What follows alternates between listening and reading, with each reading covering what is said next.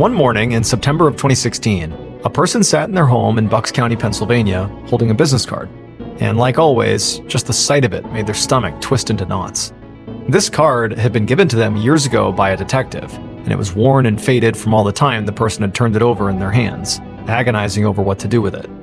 This detective had been looking for leads in a murder case, and at the time, this person now holding the card said they had nothing to share. But that was actually a lie. They did have information about that murder, and they'd kept it a secret for years. And now, over 2 decades later, they'd finally decided to tell the truth. But they were scared, because they knew when they did this, nothing would ever be the same. But before we get into that story, if you're a fan of the strange, dark, and mysterious delivered in story format, then you've come to the right podcast, because that's all we do, and we upload twice a week, once on Monday and once on Thursday. So, if that's of interest to you, please buy the follow button a really nice candle as a gift. But don't tell them you've replaced the wick with a firecracker. Okay, let's get into today's story.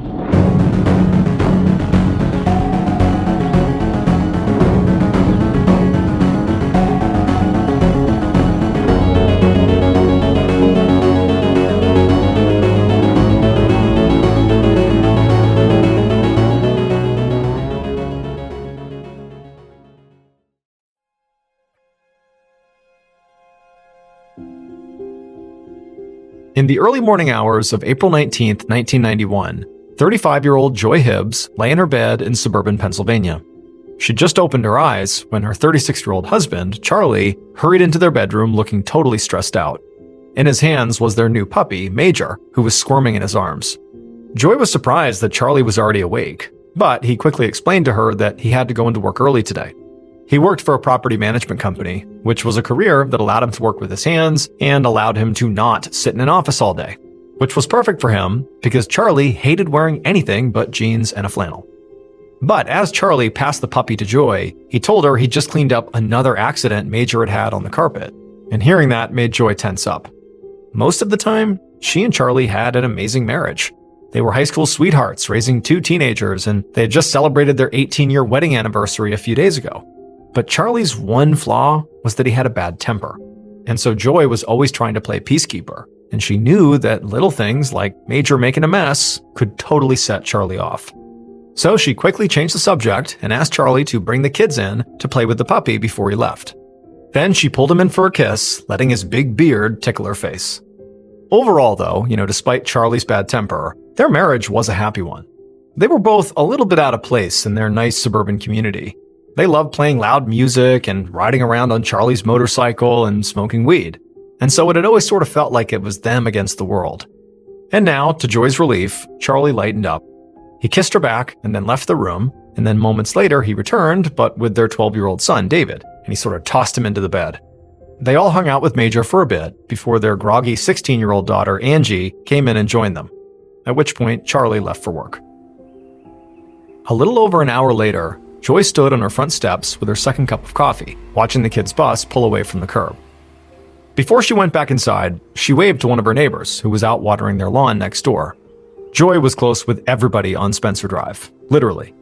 Croydon Acres, Pennsylvania, where they lived, was just outside of Philadelphia, and it was classic American suburbia with its neat manicured lawns and houses that were only about 12 feet apart. So everybody sort of kept an eye out for each other. And that sense of sort of having each other's back on this street felt more important now than it ever had, because recently, Joy had begun to worry that Croydon Acres was sort of going downhill. The Hibbs had lived there about 7 years, and up until recently, they had never had a problem with safety. But in the last 2 months, their house had been vandalized multiple times.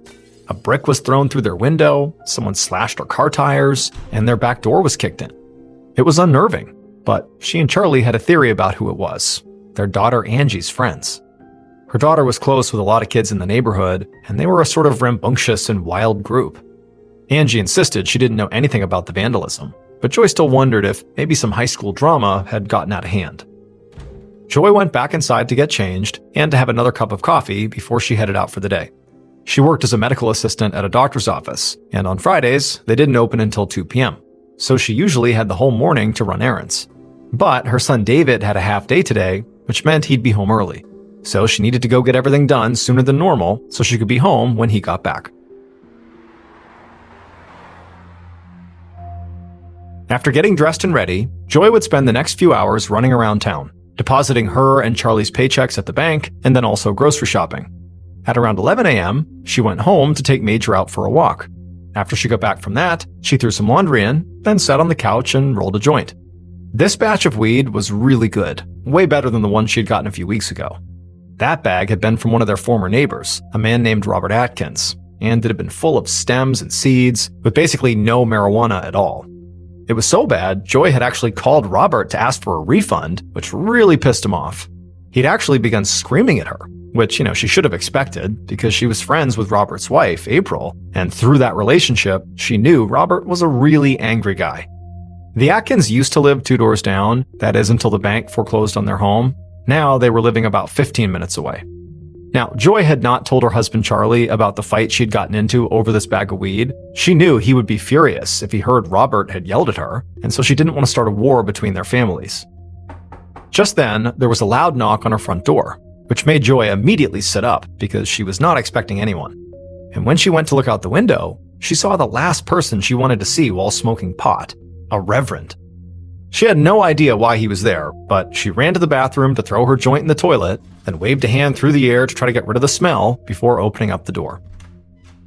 Moments later, Joy was sitting on her couch with Reverend Fury Orlando and another member of the Ben Salem Baptist Church. Joy had gone there with a coworker 3 weeks ago on Easter, and she'd completely forgotten that she told the church she was interested in joining. But that was why the men were here now, to follow up and see if she had any questions.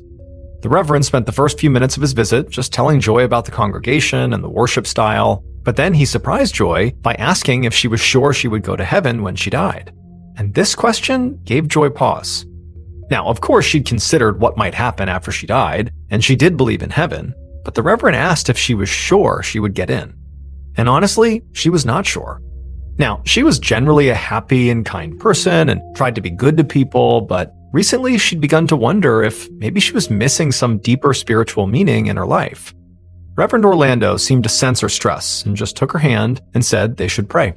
So, the Reverend, Joy, and the other congregation member bowed their heads as the Reverend said a prayer. And while he did this, Joy found herself crying, tears of relief. It was like somehow his prayer had made that sudden, unexpected wave of anxiety when she thought about whether she'd get into heaven, it just completely disappeared. She felt completely at peace.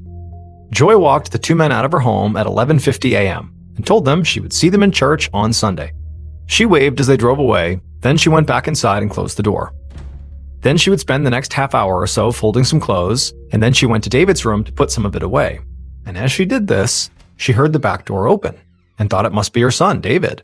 However, the footsteps that stomped through the house were definitely not her son's. They were heavy and forceful, and they were headed right towards her.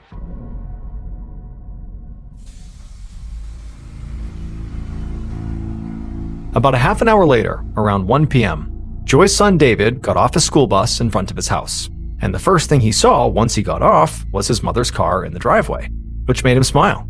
It meant she had not left for work yet, so he could tell her the news. He just got his report card and he made the honor roll. And so David hustled towards the back door, but as he passed by the kitchen window, he suddenly froze. There was smoke pouring out of it, and it took him a second to process it. His house was on fire. He gasped and ran to the back door, and when he opened it, a ton of smoke and flame shot out. And so did Major, the puppy. It ran straight from the house and out into the yard. In a blind panic, David yelled out for his mom, but he didn't hear anything back. All he could see was this wall of smoke and flames, and he knew he could not go in there safely. And so he turned and began running towards his neighbor's house, screaming for help. 10 minutes later, a firefighter ran towards the burning home on Spencer Drive with a team of firemen and their gear. He knew they needed to act fast. He had been told there could be someone still inside, and so paramedics were already at the scene and on standby in case there was. The team charged into the burning kitchen and doused the room with water. At the same time, the lead firefighter called out repeatedly to see if anybody was there, but there was no answer. As they continued to put out the flames, the lead firefighter saw why this accident likely happened in the first place. Someone clearly left all the stove burners on. The firefighter turned them off, and after the kitchen fire was out, they entered the hallway to extinguish the flames there too. Finally, they reached the last part of the house that was also on fire, which was a bedroom. They hosed down the flames, and as the smoke cleared, the firefighters noticed there was a long, charred shape on top of what used to be a bed. One of the firefighters realized what they were looking at which point he turned and left the burning building to go speak to the chief. They had just found a fatality.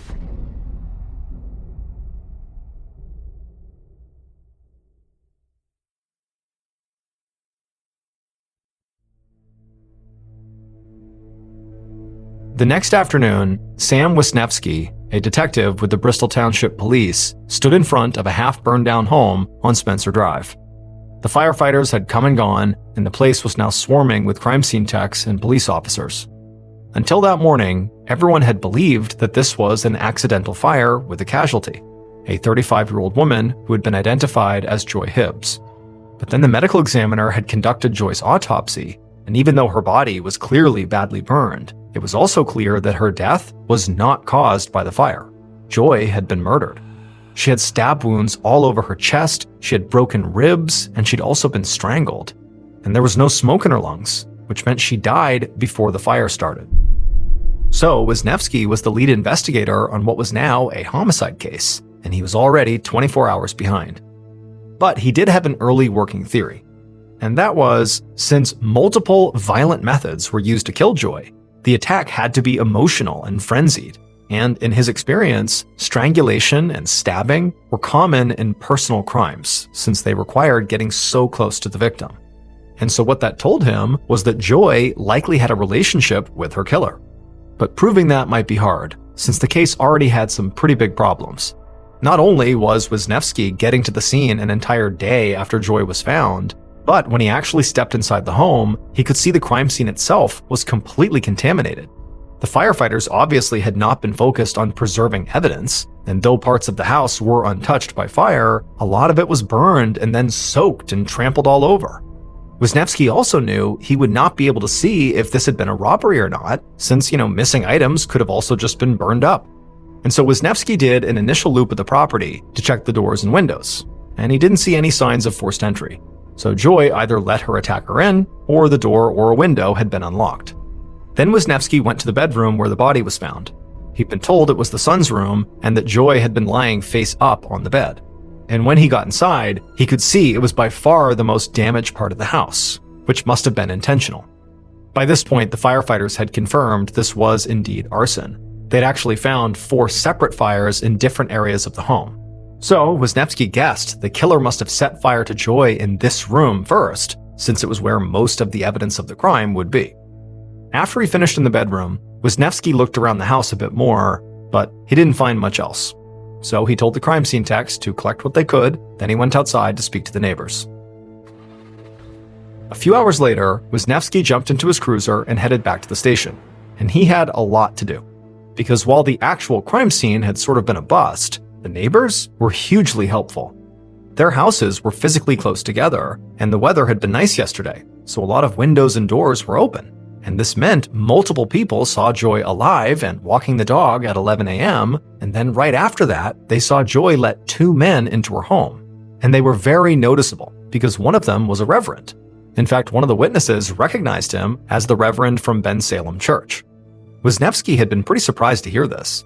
These 2 men were the last known people to interact with Joy before her death, which made them instant suspects. But this was a bizarre lead. Religious figures were not typically involved in murder cases. But the neighbors said the reverend and his partner left before 12, which put them out of the likely range for when the fire started. Joy's son David got home around 1 p.m., and if the house had been burning for over an hour at that point, it certainly would have been way more damaged, and the neighbors likely would have noticed before David got home. Now, the reverend and his partner could have killed Joy, then returned to the scene to cover it up later, but that just felt far-fetched. At the very least, though, they could have seen or heard something important while they were there. And so regardless, Wisniewski knew he had to speak to them. He also wanted to speak to Charlie Hibbs, Joy's husband. In a murder, the spouse was always the first suspect. And even though none of the neighbors had reported seeing Charlie around the time of the murder, Wisniewski still thought he made more sense as the killer than the reverend or his partner.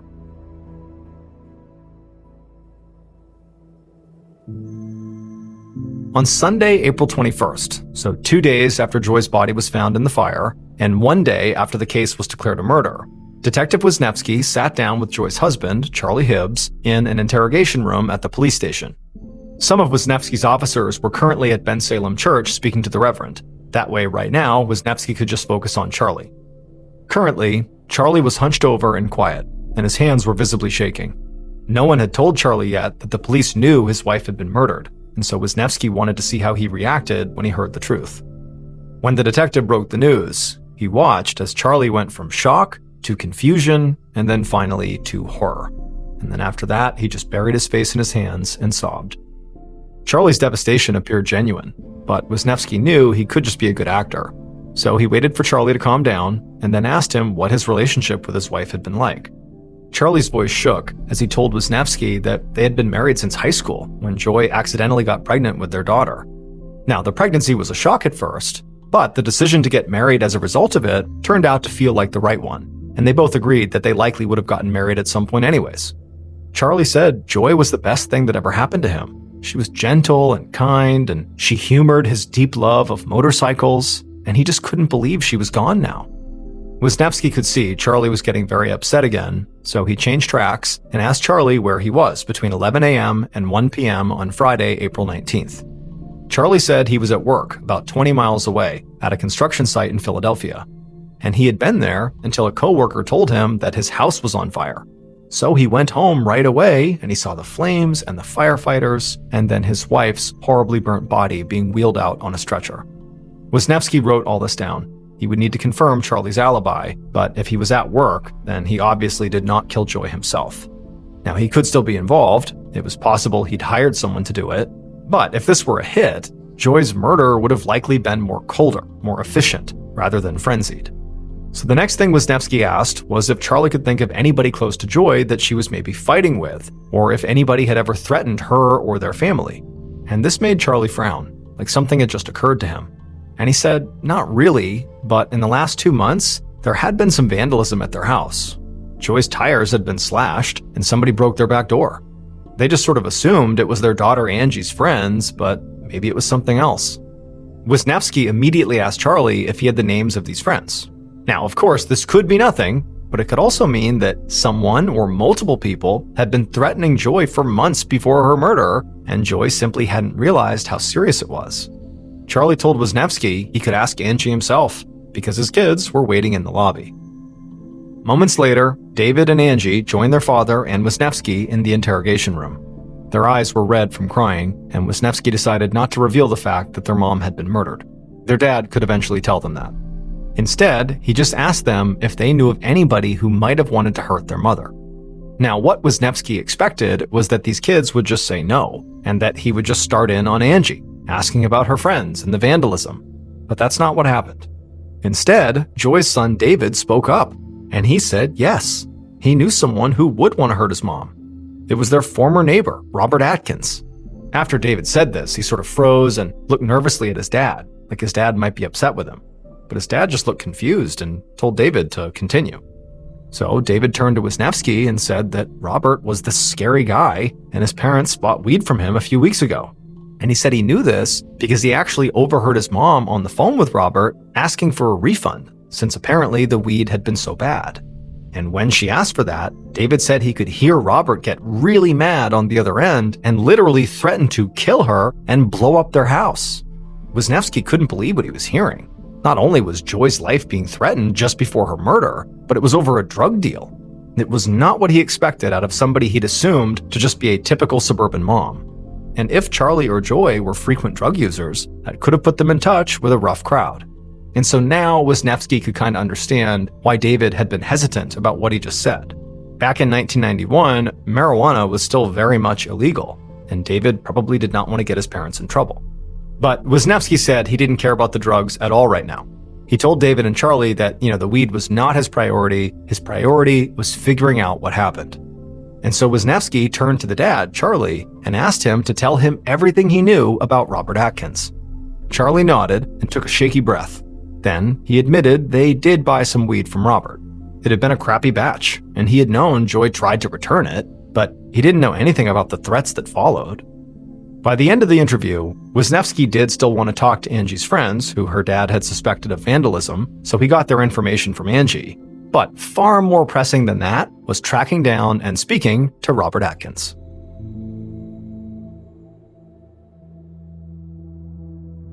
Later that evening, Wisniewski sat in his office, drumming his fingers on his desk. He had spent the whole day following up on the drug-dealing neighbor, Robert Atkins, and what he had learned was that Robert definitely had a bad temper. In fact, one of Robert's neighbors had just called into the police station to say that Robert had threatened to kill her when she had accidentally left some tree branches in his yard after trimming her hedges. Wisniewski also found out that Robert had a criminal record, although the charges were all minor, nothing violent like what happened to Joy. But it was all certainly enough for Wisniewski to consider Robert a strong suspect, and so the detective really wanted to speak to him. Except it turned out that was not going to be possible, because right after he did a background check on Robert, he got a call from a senior officer in the county's narcotics division, and the officer told Wisniewski to hold off on interviewing Robert Atkins. He apparently was one of their drug informants. They didn't want to scare Robert off and lose him as a source of information, so Wisniewski was ordered to let the narcotics department handle it. And Wisniewski was pretty angry about this, but he also understood that you don't mess with somebody else's informant, so his hands were tied. He had no choice but to wait, which was especially frustrating because he didn't have any other leads to follow up on. Nothing had come from talking to Angie's friends and classmates, and the crime techs hadn't found anything useful at the house, no fingerprints and no physical DNA evidence. And Wisniewski also heard back about the meeting with the Reverend and his partner. Both of them had alibis for the hour after they left Joy's house, which Wisniewski had already confirmed, so they could not have been at the house when the fire started. They also hadn't seen or heard anything strange when they were there, although the Reverend had said Joy seemed very troubled when he asked her about heaven. And all this was starting to make Wisniewski want to bang his head against a wall when an officer charged into his office with some news. They'd interviewed some more neighbors, and two of them saw something else: a dark blue Monte Carlo parked in front of the Hibbs' house between 12:30 and 1 p.m. on the day Joy died. They noticed it because it was parked against traffic and far from the curb, like whoever was driving it had been in a hurry. No one took down its license plate though, which Wisniewski knew made things more difficult. Monte Carlos were really common cars in this area, and then more broadly, there were likely thousands of them driving around the whole state. But then, the officer said they already checked their suspects, and the husband, Charlie Hibbs, did not own a blue Monte Carlo. However, the drug dealer, Robert Atkins, the former neighbor, did.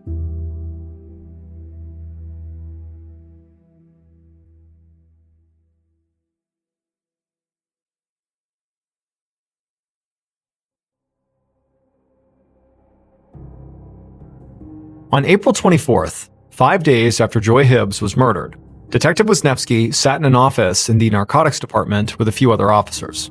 Wisniewski had been pushing for Robert Atkins to please be brought in as a suspect, and finally he had gotten his wish. Robert had been formally interviewed. But Wisniewski was ordered to sit on the sidelines while investigators on the narcotics team went to Robert's house and spoke to him. So now, Wisniewski was being briefed on what they had learned. Apparently, Robert had admitted to selling Joy some weed and getting in a fight over it. But he said he didn't threaten her, he just refused to give her a refund. And anyway, Robert had an alibi, since he was on his way to the Poconos with his family when Joy was killed. 2 officers had driven to the Poconos, which is a mountainous vacation spot about 2 hours from Croydon, to check this out. And they went to the hotel that Robert said he'd stayed in, and they showed the front desk a photo of him, and they confirmed that he was there around the time of the murder. Wisniewski sighed and rubbed his eyes. He was exhausted, and still pretty upset that he was being kept away from a murder suspect just to save whatever drug investigation they were working on. But he did have to admit, Robert was looking less and less guilty here. Also, a neighbor who had seen that Monte Carlo in front of Joy's house had been taken to Robert's to identify his car. And when the neighbor saw it, they said it was not the same Monte Carlo. So Wisniewski said goodnight to his colleagues and then headed back to the office to go over the case file and look for something he could have missed. And sure enough, later that day, as Wisniewski was sifting through his files, he saw something that he hadn't noticed earlier. One witness had said somebody else in Joy's life outside of Robert Atkins had a bad temper, and it was her own husband, Charlie. Now, one passing comment was not exactly evidence, but it made Wisniewski think back to his conversation with Charlie. Charlie admitted to being effectively forced into marrying Joy because of a pregnancy, and so maybe he'd become resentful he'd gotten married so young and wanted to be free. Like all Wisniewski's suspects, Charlie had a solid alibi. But Wisniewski also knew from their conversation that Charlie was very into motorcycles and sort of part of the biker scene. So he potentially ran with a, rough biker crowd. And so maybe he asked one of them to take care of it for him. Wisniewski always thought that Joy's injuries showed a personal level of rage, but maybe they were just the frenzied work of a violent biker who was doing his friend a favor. About a month after Joy's murder, Wisniewski had Charlie back inside of an interrogation room. And Charlie clearly had not been sleeping, because he had dark circles under his eyes and he seemed disoriented. But Wisniewski was not about to go easy on him. Because right now, Charlie was his only suspect, and Wisniewski was ready to ask all the hard questions, like if either of them were having affairs, or owed anyone money, or if he abused Joy. But when he asked outright if Charlie had killed his wife, Charlie just broke down, shook his head, and sobbed. And when Wisniewski asked if he would take a polygraph, to his surprise, Charlie said yes, and that he would take as many as they wanted. Over the next few weeks, Wisniewski repeatedly questioned Charlie, picked apart his alibi, and oversaw multiple polygraphs. But Charlie passed every single one. And even after speaking to his kids again, Angie and David, Wisniewski just could not find anything that directly connected Charlie to the actual crime. So Wisniewski kept looking for other suspects and conducted dozens and dozens of interviews. But after 3 months of investigating, it all sort of went nowhere. Wisniewski had cleared all of his suspects, and so by the end of the year, the case went cold. 23 years later, on an afternoon in April of 2014, a detective named Michael Slaughter sat in a dusty evidence room sorting through a box labeled Joy Hibbs. The department had just ordered a complete review of all unsolved homicide cases, and Slaughter asked to take on Joy's. He'd heard about the case and couldn't believe that more people were not talking about it or pushing for it to get solved. After all, it was an innocent mother brutally attacked and murdered in her son's bedroom in this classic suburban neighborhood. Like it was so tragic and so unusual. Wisniewski by this point was retired, so Slaughter was working this case as a true fresh slate. Right now, he was just gathering reports and documents, but he intended on re-interviewing as many witnesses and suspects from 1991 as he could. And as he got organized, he went over the 3 original suspects to see if he noticed anything odd in the 1991 investigation that might have been missed. He agreed with Wisniewski's theory that Joy was killed in an emotional, frenzied crime.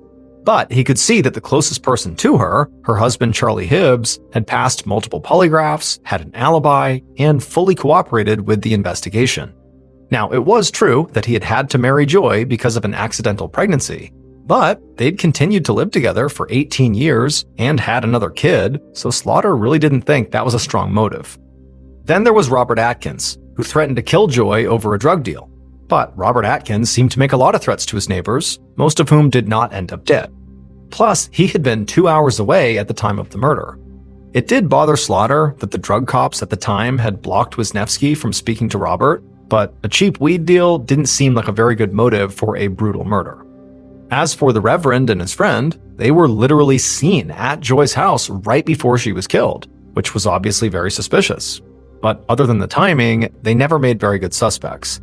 They had no motive, and both of them had alibis for the period of time when the fire likely started. Slaughter spent the next few weeks following up on leads and conducting interviews. He was determined to talk to everyone, not just the original suspects, but all their friends, their neighbors, relatives, witnesses, and coworkers. But the weeks turned into months, and then years, and Slaughter still had not found Joy's killer. It was not until 2 years later, on September 11th, 2016, that Slaughter finally got the break he'd been desperate for. That evening, he had just sat down to dinner with his family, which, like always, made him think of Joy and this case. Because here he was, a regular husband and father, who also spent his days looking for murderers. Sometimes it felt like he was living multiple lives at once, just like basically everyone involved in the Hibbs case. Slaughter had spent the last 2 years trying to understand not just Joy, but everyone in her life. And it had been very hard, because no one in this case was who they said they were. Joy was a suburban mom who was afraid she wouldn't go to heaven and smoked pot. Charlie Hibbs was a reliable company man who also ran with a rough motorcycle club. Robert Atkins was informing on drug dealers while also working as a drug dealer. All that's to say, Slaughter still had not figured out if any of those people were also killers, and he was starting to worry he never would. But as he sat down to dinner that night, his phone rang. And when he picked it up, a police officer on the other line said somebody was at the station asking for him. And when Slaughter heard who it was, he realized the last 2 years of research and interviews and getting to know everybody had actually paid off. Because one of the many people he had spoken to was finally ready to come forward. Slaughter leapt up and rushed to the station. And as soon as he got into an interview room with this new witness, that person explained that they had been lying for 25 years. And when they finally told this truth to Slaughter, one of Slaughter's suspects' alibis completely fell apart.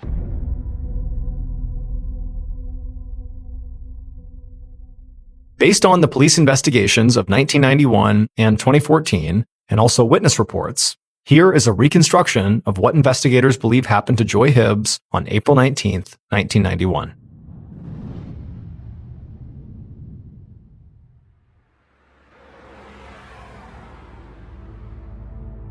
On April 19th, just after 12 p.m., the killer sped through Croydon. They were so angry they could barely see. They had been thinking and stewing about Joy all day, getting madder and madder, because Joy acted like such an upstanding person, but really, the killer knew she was a double-crossing lowlife. When they got to her house, they screeched to a stop and jumped out of the car. Then they took out their knife. The killer stormed to the back of the house and barged in through the kitchen door, which was the entrance the family used. When they got inside, they saw Joy lean out of David's bedroom to look at them. And when she saw the killer and the knife in their hand, she looked more confused than scared. But when the killer rushed towards her, she opened her mouth to scream. But the killer was on her before she could make a sound, stabbing her with one hand and hitting her with the other. The killer pushed her onto her son's bed and continued to beat and stab her before grabbing a computer cord, and they wrapped it around her neck and they strangled her until Joy stopped moving. Then the killer, who was now panting and totally out of breath, they backed away. They were still filled with adrenaline, and they knew they didn't have a lot of time to cover up their crime. So they searched the house until they found a lighter, and they put magazines and books all around Joy's body, then they lit them on fire. Then the killer started another fire in the hallway before going to the kitchen, where they turned on all the burners and also ignited the trash. Then the killer left, sped back to their home, and told their family to pack their bags. They were going on vacation.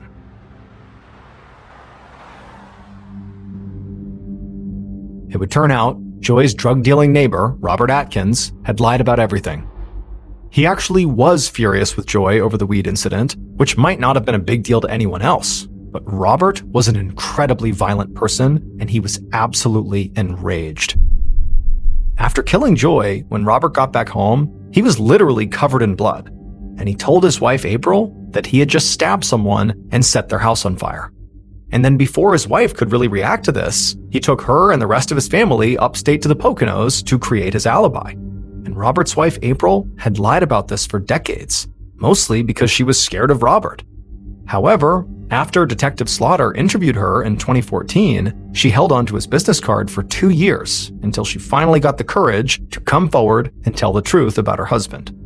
And once she did, detectives rechecked Robert's alibi, and they realized that while the 1991 investigation confirmed that the family had checked into a hotel in the Poconos, they hadn't correctly noted the time. The hotel was about 2 hours away, and April and Robert did not sign the registry until almost 5 p.m. on the day Joy was killed, which meant Robert would have had plenty of time to murder Joy first. After coming forward in 2016, April had to work with detectives for years to gather up enough evidence to actually prosecute Robert. He was finally arrested in 2022, 31 years after killing Joy, and he was quickly convicted of murder and arson. He is currently serving a life sentence without parole.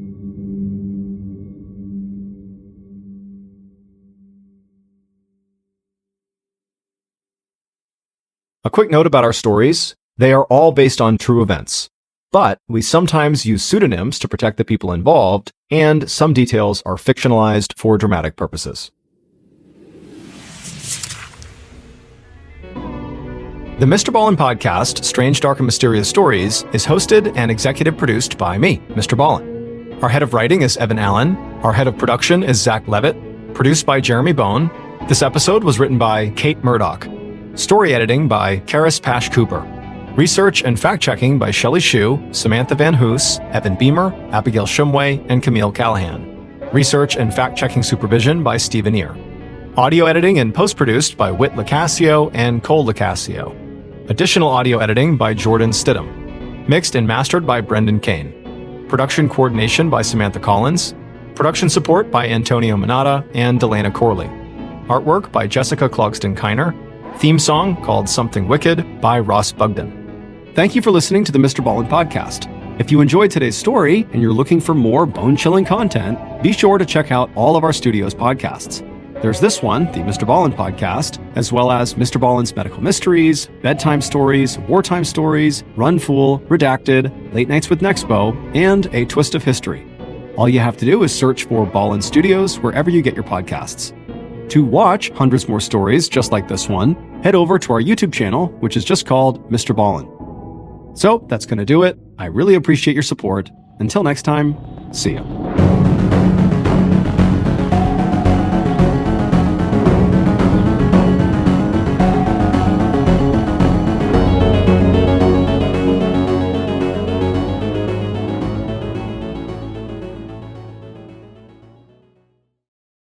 On an evening in September of 2017, a woman living in Massachusetts came home from work to an empty house. Her boyfriend was gone, but she saw that his wallet and his phone were still right there on the counter, and also on the kitchen table were 3 fairly conspicuous envelopes. Confused, she walked over to the envelopes and she began to open them.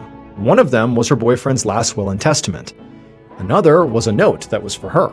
And the third was a letter that was addressed to the family of a woman who had been murdered 25 years earlier. But before we get into today's story, if you're a fan of the strange, dark, and mysterious delivered in story format, then you've come to the right place because that's all we do. So if that's of interest to you, please offer to do the follow button's taxes for them. But don't actually do their taxes, just take all their documentation and throw it in the trash.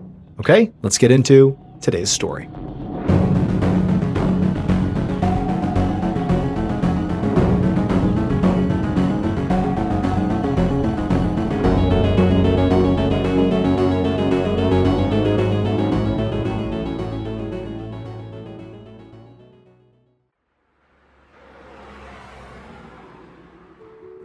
On the afternoon of April 15th, 1992, a 24-year-old woman named Lisa Ziegert drove through the quiet suburban streets of Agawam, Massachusetts.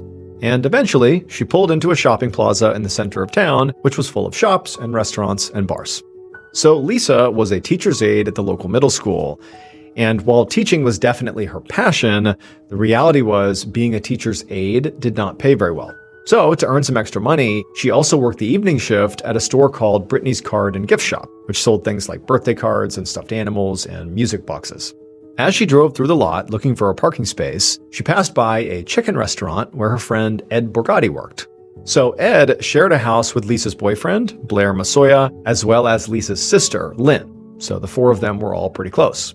And so as Lisa found her spot and parked her car and got out, she thought about popping into the restaurant to say hi to Ed, who was also working that day. But when she checked her time, she thought better of it, and instead she just walked straight to the gift store to start her shift.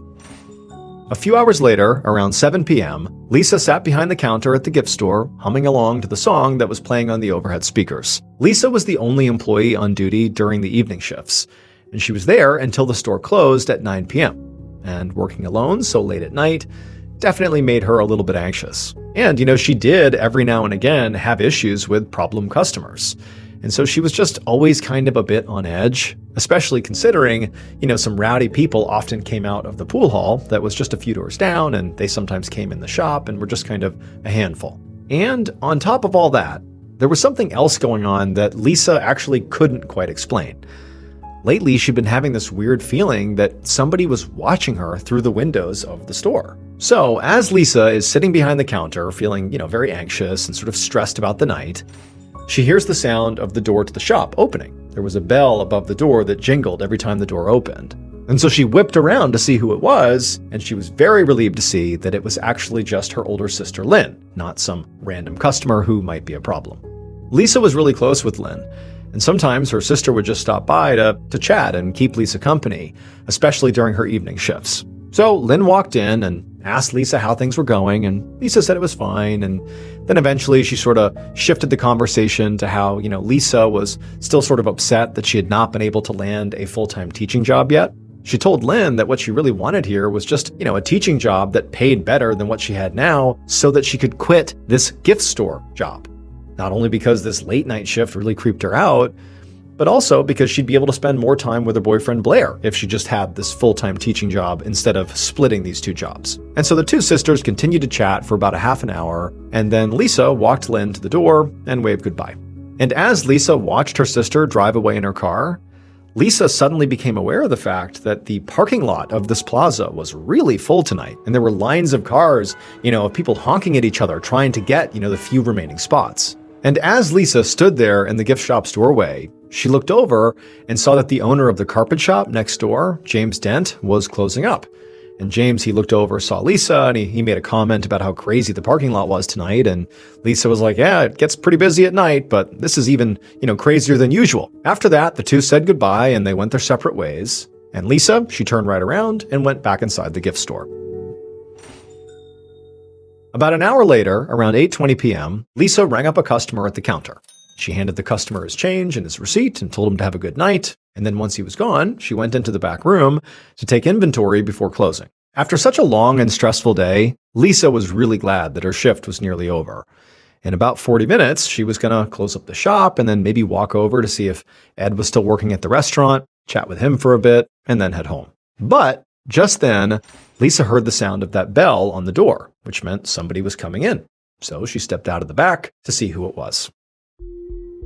The next morning, so April 16th, 1992, Detective Wayne Macy of the Agawam Police Department stepped into Brittany's card and gift shop. When he got in there, he saw that there were already officers from his department putting up crime scene tape and taking photos of the scene. One of the officers came over to Macy to fill him in, and they explained that morning, one of the employees from this gift shop had called 911. And what she said is she got to work that morning to start her shift at the gift shop, and right away when she arrived, she noticed something odd. She saw one of her coworkers, Lisa Ziegert, who normally worked the night shift and closed the shop down. She saw her car was out in the parking lot. And so that was odd because she shouldn't be here. She works at night. And then this woman who ultimately called 911, her name is Sophia, she went up to the storefront and found the door was unlocked. And also when she stepped inside, all the lights were on and the overhead speakers were still playing. And so, Sophia's thinking, that's odd. Like, is Lisa working this morning or something? But she searched the whole store and Lisa was nowhere to be found, even though all her belongings were still in the store. And so ultimately, she called the police. The officer also told Macy that they had already spoken to the man who owned the shop right next door, the carpet shop. And the owner of that store said he had actually spoken to Lisa the night before around maybe 7:30 p.m. And at the time, she was acting totally normal, seemed very happy. They were just talking about, how hectic the parking lot was that night. Detective Macy asked the officer if anyone had been in touch with any of Lisa's family or friends to see if anybody had heard from her or seen her. And the officer said that they had been in touch with those people and that no one had seen or heard from her since last night. Additionally, the officer said that Lisa's roommate had said Lisa never came home, and she also had not shown up to her other job at the middle school that morning where she was a teacher's aide. At this point, the officer told Macy that, hey, you just got to come in the back of the store because what we found in there make it really obvious that what we're dealing with here is foul play.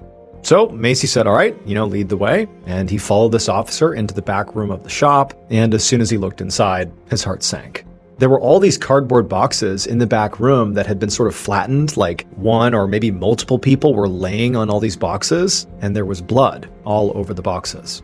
And so based on this, it seemed pretty apparent to Macy and the other officers that, if Lisa is not here right now, but her things are here, her car is here, like she didn't disappear voluntarily. Like all the initial evidence suggests that she was taken away by force. As Macy was walking around this small back room, he noticed there was actually a back door that had been left partially open that no officers had touched. So this is how it was left. And he walked over and he opened this door and he saw this door led to this narrow back alley that ran behind the building. Also, as Macy was looking at this back door, he looked down and he saw what appeared to be, pretty obvious scuff marks across the ground, as if maybe somebody had been dragged and their shoes had sort of scuffed the ground on the way out. And so Macy stepped into this back alleyway to see if there was any nearby security cameras that could have potentially captured whatever happened back here the night before, but he didn't see any. So he left the alley and he went to the front and he began going to the other stores in this plaza to see if any of them had cameras that potentially faced like the front of the shop. But Macy was very disappointed to learn that none of these shops had security cameras. So there was going to be no footage of whatever happened here. And so at this point, Macy knew this was going to be a really challenging case to solve. Because he had no eyewitnesses, at least not right now, and no security camera footage, it meant there was no clear, easy way to try to figure out what the assailant looked like, or, what their car could have looked like, or even what direction they might have gone. Like, he had nothing. And so Macy went right to his car, he grabbed his radio, and he called dispatch, and he told them to right now send out search teams, police dogs, and scour every inch of this area for any sign of Lisa. After that, Macy went back inside the shop to check the cash register. He figured if this was a robbery, that very likely the money would be missing. But when he got in there and he opened it up, the cash was still inside. But Macy knew that violent attacks by random strangers was pretty rare. More often than not, people who get killed or people who get kidnapped, their perpetrator or perpetrators are people they know. At some point, Macy pressed a few buttons on the cash register, and it began to spit out this paper log of all the most recent transactions. And Macy saw that the last purchase, at least as reflected on this register, was made with cash at 8:20 p.m. the night before. And for the first time, Macy actually felt a surge of optimism about this case, because this was a very helpful clue. Since the gift store closed at 9 p.m., this narrowed down the time window significantly. It meant the attack likely happened in the 40 minutes between that transaction at 8:20 and closing at 9 p.m., a time when very few of the other businesses in the plaza were open, except for the restaurants and pool hall.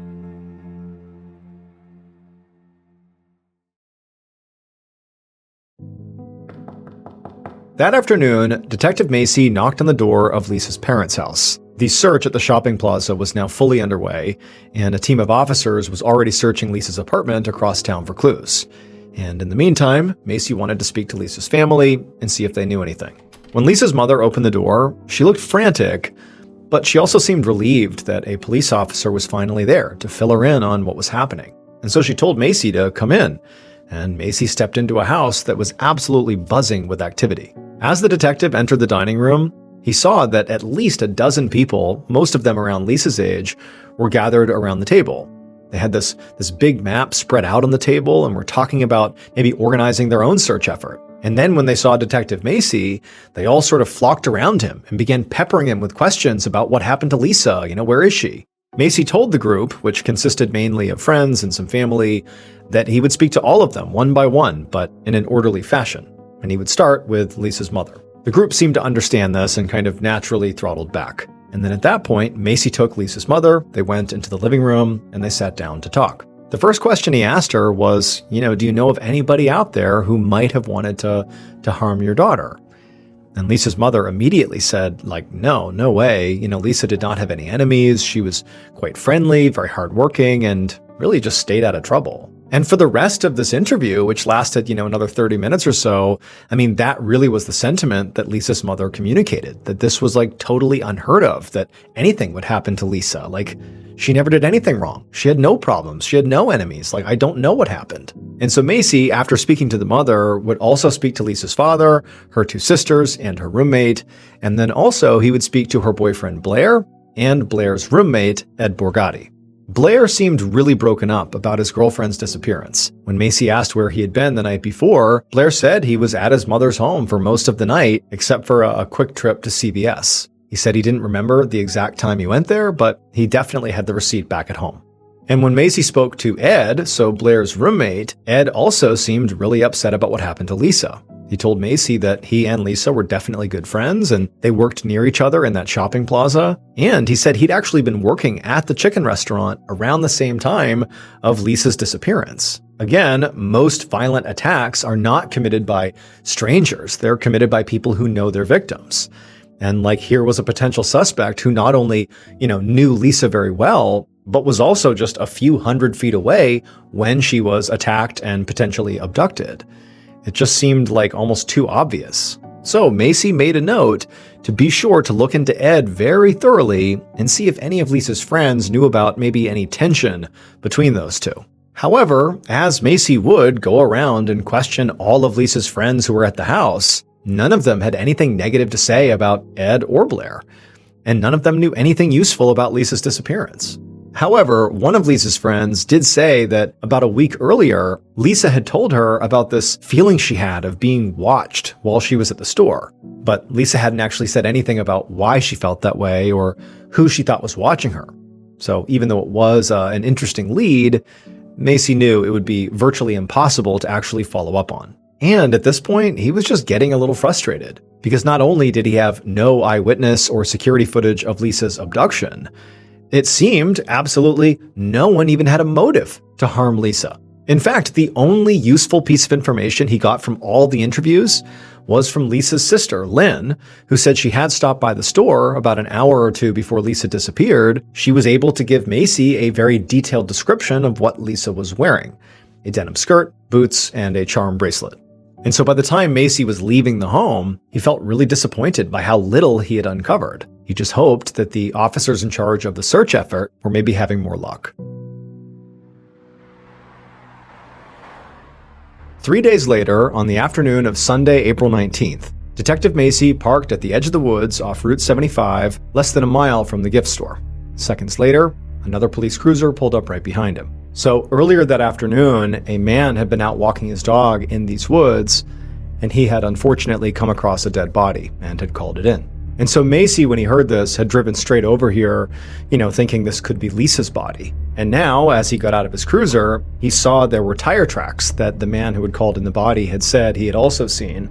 He said there were tracks near the body, and so Macy's thinking, okay, I gotta follow these tracks and it will likely bring me to this body. And so Macy, along with 3 other officers, began following these tracks into the trees. But Macy, who was at the front of this group, only took a few steps before his feet literally sank down into the mud to the point where it was up to his ankles. This area would turn out to be extremely swampy, to the point where the officers actually had to walk in each other's footprints in a single file line just to try to navigate this mud. And so into the woods they went, carefully walking in this straight line until the tire tracks began to fade.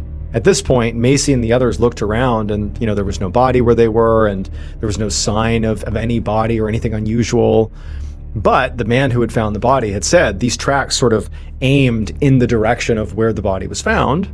And so Macy and the others just continued in that single file line, sort of just trudging directly into the woods for hours until finally they did reach this small out-of-the-way clearing.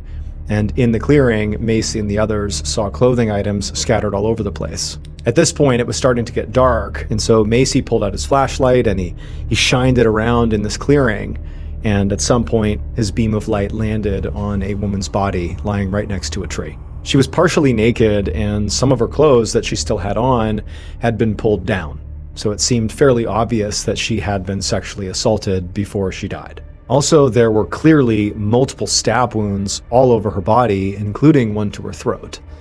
And then when Macy crouched down next to her to get a better look, his flashlight reflected off of a charm bracelet on her wrist. Less than an hour later, Detective Macy had to shield his eyes as a floodlight clicked on and threw blinding light all over this clearing he was in. A forensics team had just arrived and fired up their generators so they could work through the night with lights. And also overhead, a helicopter now circled the woods, taking aerial photos of the scene. These woods, at least from Macy's perspective, were such a maze that it seemed very likely that the killer must be a local who knew this area well. And also, if they'd driven through all that mud, Macy figured that whoever they were looking for likely was driving a vehicle with 4-wheel drive, like a truck or a Jeep. So he told the forensics team to make a cast of the tire tracks that were left behind near the edge of the road to see if there was anything else they could find out about the vehicle. And then Macy also quietly was sort of crossing his fingers that this forensics team would also be able to hopefully find a trace of the killer's DNA on Lisa's body. A few days later, Macy was sitting at his desk at the police station. The phones in the bullpen were ringing more than usual that day, but Macy was doing his best to shut the noise out and just focus on the reports that were on his desk. The forensics team had found DNA on Lisa's body, and so now Macy had to make a list of all the potential suspects that he would need to collect DNA samples from to see if any of them were a match to the DNA found on Lisa's body. Lisa's boyfriend, Blair, seemed like an obvious suspect, even though none of Lisa's friends or family had known about any problems in their relationship. Blair also had handed over that receipt from CVS that confirmed he was there around the same time that Lisa was abducted. But it would have only taken about, maybe 3 minutes to drive from the CVS to the gift store. So it seemed, completely possible to Macy that, Blair could have attacked Lisa while he was out and just also grabbed the CVS receipt to sort of build an alibi, but a shaky one. Another strong suspect was actually Blair's roommate, Ed. His alibi was that he'd been working at a restaurant right next to the gift store when Lisa was kidnapped, which just seemed way too convenient.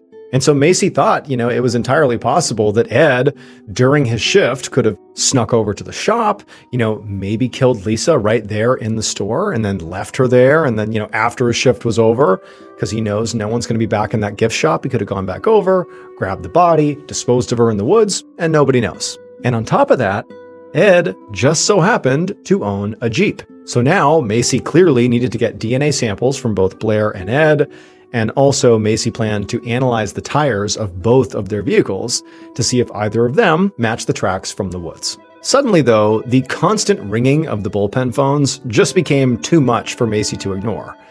And so he stood up from his work, sort of annoyed, and he walked over to see, what was going on. Why are there so many calls happening right now? And one of the officers that was out there said all these calls were for the Lisa Ziegert tip line. Macy was sort of surprised to hear that.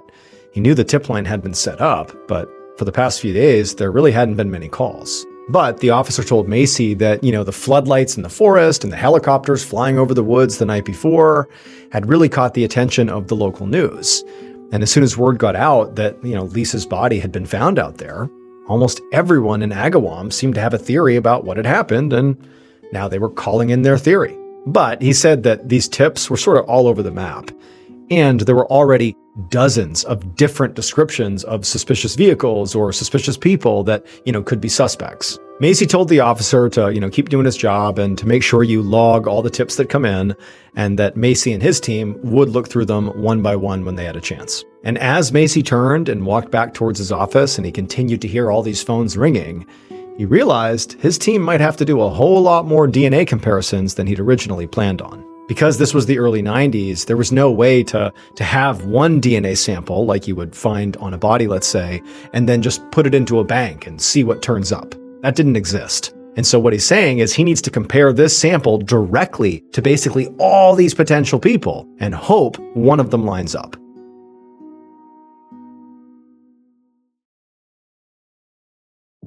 One full year later, on a morning in 1993, Detective Macy dug through a cardboard box full of police reports and interview notes. There were dozens of boxes just like this one stacked all over his office, and they were all full of files on the Lisa Ziegert investigation. Macy and his team of detectives had spent the entire past year basically working around the clock on this case, digging into one lead after another, and it had been exhausting. Since Agawam was such a small town, Lisa's murder was all anyone could talk about, and the detectives had received hundreds of tips on Lisa's case. The police station even had to install extra phones to handle all the calls. And no matter how far-fetched the tips seemed, Macy's team looked into each and every one. For example, there was a woman who worked at the all-female gym that Lisa used to go to, who had called in and said there was this man who showed up at their gym every day at 3 p.m., and he would buy frozen yogurt from the juice bar. But while he ate the yogurt, he would just stand there and eat it, sort of staring out at all the women. And to this woman, this employee, she felt like he could be the killer. Another tipster had called in and said they actually had seen a police car parked right near the gift store around the time Lisa was abducted. And when Macy heard this, he ordered a DNA test from every single officer in the department, but none matched. There was also another wild theory that Lisa's boyfriend, Blair, apparently had a secret romance with his roommate, Ed, and Ed had apparently killed Lisa because Lisa found out about it. Somebody else had called in and said that their friend had borrowed their car on the day Lisa was killed, and when they returned the car, apparently there were bloodstains in it. So they were basically saying, look into my friend. And then also, there were all these women who called in basically saying their husbands did it. Whether or not there was merit there, wasn't clear, but lots of husbands were getting accused. There were also dozens of tips that were just too vague to do anything with, like people saying that they saw a man in a dark coat or a guy at a bar who looked suspicious. And so at the end of the first year of this investigation, Detective Macy had looked into 400 people of interest, but none of those leads went anywhere. To Macy's disappointment, Blair and Ed, who were really the two most obvious suspects, were actually ruled out very quickly. Their tires from their vehicles ultimately didn't match the tracks found in the woods, and they'd both given DNA samples, which did not match the DNA found on Lisa's body. And it was hard to get samples from all, the rest of the 400 other suspects, especially because in 1993, you needed a pretty significant amount of DNA to run a test. So the police typically made suspects come in and get their blood drawn. And a lot of the suspects just said no to that because they just didn't want to go through the hassle. And since most of the tips that had led to these people of interest were pretty flimsy, Macy didn't have probable cause to get a warrant to force them to do the blood draw. But of the hundreds of suspects who did give their DNA, none matched the DNA found on Lisa's body. And again, there's no bank to just run the sample through to see who else it could be. Like if you don't have somebody to compare it to, you couldn't do it in the early 90s. So as Macy stood there looking at all those boxes of files that he'd spent months poring over, he had the sinking feeling that maybe the answer was not in there after all. At this point, it was like every tip he had gotten had led him down like an entirely different path than he was on, and he was just more lost and confused than ever. And so he felt like if he was going to actually find Lisa's killer, he needed new evidence or he needed an eyewitness to help point him in the right direction. And so as daunting as it was for Macy to think of this, he knew what he really needed now was actually even more tips. 6 months later, in the fall of 1993, so now we are about a year and a half after Lisa Ziegert's murder, Detective Macy stood in the corner of a massive call center in Burbank, California. All around him, dozens of workers sat in cubicles with computers and headsets, and Macy waited with nervous anticipation as one by one, their phones began to ring. Macy knew that the very popular TV show, Unsolved Mysteries, which told real stories of unsolved cold cases, was actually airing a segment about Lisa's murder at that very moment. But he wasn't actually watching the show. Instead, he was in the studio's call center to monitor the tip line, in case any viewers at home called in with valuable information on Lisa's case. And sure enough, within a few minutes, every single phone in the call center was ringing off the hook. Macy began to walk around the room and peek over the shoulders of the workers as they took notes on these calls that were coming in. And Macy admittedly was frustrated by what he was seeing. Most of the callers were just repeating this old rumor that Ed Borgatti was the killer, and that more than that, the police knew about it and were covering it up. So the reason for that is Ed actually had been ruled out by DNA evidence pretty early on in the investigation, but the police had decided not to announce that publicly until the case was closed. So the locals came up with a conspiracy theory to explain why Ed, who looked so suspicious from the outside, had never been arrested, that somehow the police were covering it up.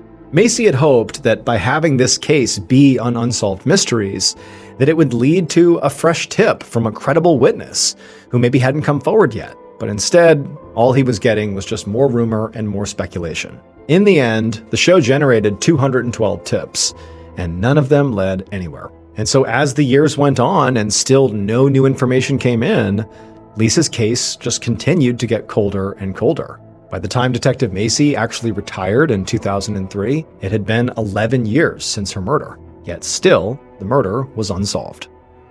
Almost 23 years later, in January of 2015, Anthony Gallooni, the newly elected district attorney, walked down the hallway at the Agawam police headquarters. He found the door he was looking for, and he knocked. And a few seconds later, a detective named Mark Fow opened the door. Gallooni introduced himself and then asked to see all the files on the Lisa Ziegert investigation. Gallooni told the detective that he had grown up near Agawam, and he vividly remembered watching the news coverage of Lisa's murder when he was just 12 years old. And now that he was the DA, solving the cold case was one of his top priorities. Forensic technology had advanced a lot since the early 90s when this case was in its full swing, so Gallooni suggested they just send the DNA sample from Lisa's killer to the lab for phenotyping, which is basically using DNA markers to figure out what a person could look like. So this is not the same thing as putting the DNA into a huge bank and getting an exact match back. It's sort of like building a profile of who this belongs to. And so the DA was very confident that through this process, if they could build a really accurate physical profile of the suspect and cross-reference it against the hundreds of names they had collected over the years in this case, maybe they could finally close in on Lisa's killer. It would take over a year and a half for this process to be completed, but in September of 2016, DA Gallooni held a press conference to announce the results of the phenotyping. And so, during this press conference, a composite sketch of the killer appeared on the screen behind the DA. And all it showed was a Caucasian man with dark hair and either brown or hazel eyes, which does seem like not a whole lot of new information. But remember, this is sort of like, definitely, this person looks this way. This is not like we think he looks this way. This is what he looks like. And even though none of the investigators on the case actually recognized the face in the sketch, Gallooni hoped that somebody in the public, from this press release, would recognize him.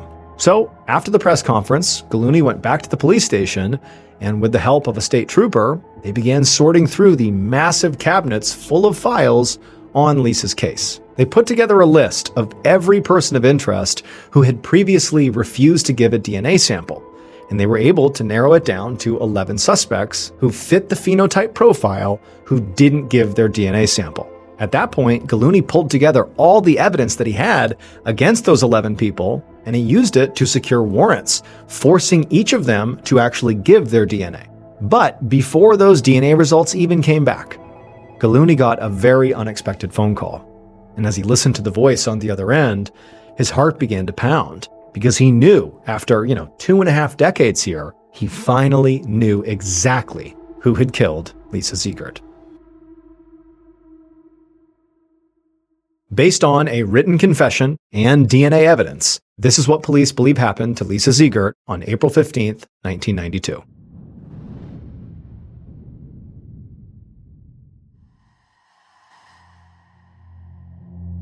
Around 8:30 p.m., the killer parked in the alley behind Brittany's card and gift shop.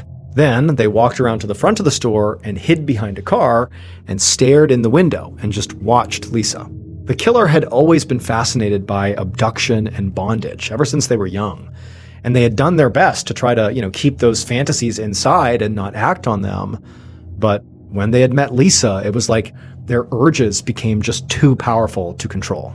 So, on this night, when they saw Lisa disappear into the store's back room, the killer, steeled themselves, then took a deep breath, and stormed into the shop, just as they had imagined doing for so long. They had thought about this and fantasized about what this would be like, and now it was actually happening. And so they ambushed Lisa with a knife right as she was walking out of that back room, and they kind of grabbed her and wrapped their arm around her neck, and they sort of stumbled into the back room, and Lisa, she began fighting back. And so they're struggling, and they knocked over that huge pile of cardboard boxes, and at some point Lisa tried to wrestle the knife out of the killer's grip. But after this intense struggle, the killer gained the upper hand and dragged her out the back door and into the alley. They shoved her into their vehicle and then drove a mile down the road and turned onto a dirt path that led into the woods. And then after they drove for a while, they reached a secluded spot in the forest, at which point they stopped, they pulled Lisa out of the back of the car, they threw her to the ground, and then they sexually assaulted her. And then after they were done, they stabbed her to death. And then they just left her, and they got back in their vehicle and they drove away. By the time the killer got back to their own home, they were still buzzing with adrenaline. I mean, this was every bit as incredible as they thought it would be. However, when they actually walked into their house and they heard a familiar female voice calling out from the other room asking where they'd been, the killer looked down and suddenly realized there were cuts all over their hands. But at this point, it was too late to do anything about these cuts. Like, if they left to go clean up, they would just seem really suspicious to the woman in the next room. So the killer just took a deep breath and continued into their own house, hoping, she wouldn't notice the cuts and piece together the awful truth. The killer's name was Gary Shera, and he was a young man whose only connection to Lisa was that he had been a customer at the gift store where she worked.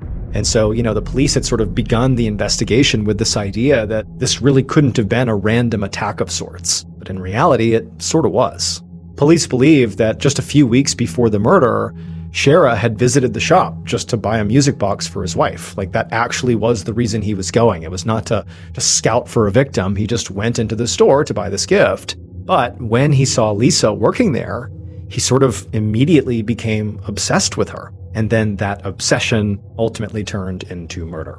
In January of 1993, Shera's wife, who was the woman in the other room who called out to him asking where he had been on the night of Lisa's murder, she, the wife, ultimately called in a tip suggesting that her husband might have been involved in this murder, but the police decided the tip was not credible because Shera's wife was, 1, an alcoholic, and 2, Shera and his wife were in the middle of this heated divorce, and so it seemed like this could be revenge. And then also remember, there were all these other women calling in, basically suggesting their husband was the killer. So this is like one of many, and they had to filter some of them out. This one got filtered out. So ultimately, Shera's name sort of got buried amid the hundreds of other suspects until 25 years later, when police served him a warrant for a DNA sample. He was one of those 11 people who fit the phenotype who had not given a sample. And realizing he was about to get caught, he left his girlfriend a letter confessing to the murder and actually tried to end his own life, but he survived. Following his failed attempt to take his own life, Gary Shera was tracked down at the hospital and arrested on September 16, 2017. 2 years later, he pleaded guilty to first-degree murder and was sentenced to life in prison without parole.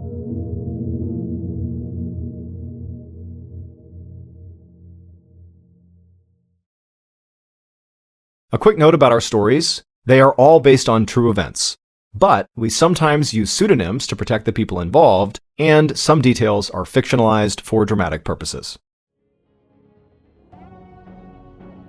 The MrBallen Podcast, Strange, Dark, and Mysterious Stories, is hosted and executive produced by me, Mr. Ballen. Our head of writing is Evan Allen, produced by Jeremy Bone. This episode was written by Kate Gallagher. Research and fact-checking by Shelley Shue, Samantha Van Hoos, Evan Beamer, Abigail Shumway, and Camille Callahan. Research and fact-checking supervision by Stephen Ear. Audio editing and post-produced by Whit Lacasio and Cole Lacasio. Additional audio editing by Jordan Stidham. Production coordination by Samantha Collins. Production support by Antonio Manata and Delana Corley. Artwork by Jessica Clogston-Kiner. Theme song called Something Wicked by Ross Bugden. Thank you for listening to the MrBallen Podcast. And just a reminder, every new and exclusive episode we put out on the MrBallen Podcast, you can also now watch on the MrBallen YouTube channel that very same day. And trust me, some of these stories you truly have to see to believe. Again, my YouTube channel is just called MrBallen. If you want to listen to episodes 1 week early and ad-free, you can subscribe to SiriusXM Podcast Plus on Apple Podcasts or visit SiriusXM.com/Podcast Plus to listen with Spotify or another app of your choice. So that's going to do it. I really appreciate your support. Until next time, see ya.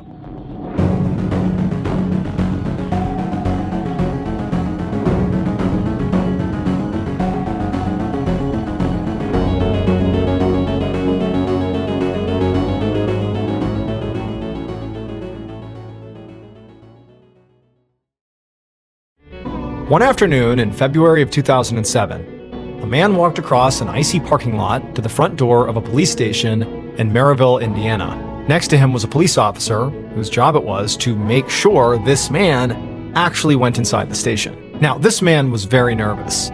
There was a warrant out for his arrest on a drug charge, and he'd been brought here to get questioned and then processed. But he hoped he'd actually get to leave again right away because he had critical information about this murder case from 4 years ago and he intended on trading that information for his freedom. And he was sure this was going to work, since what he knew was not just a tip.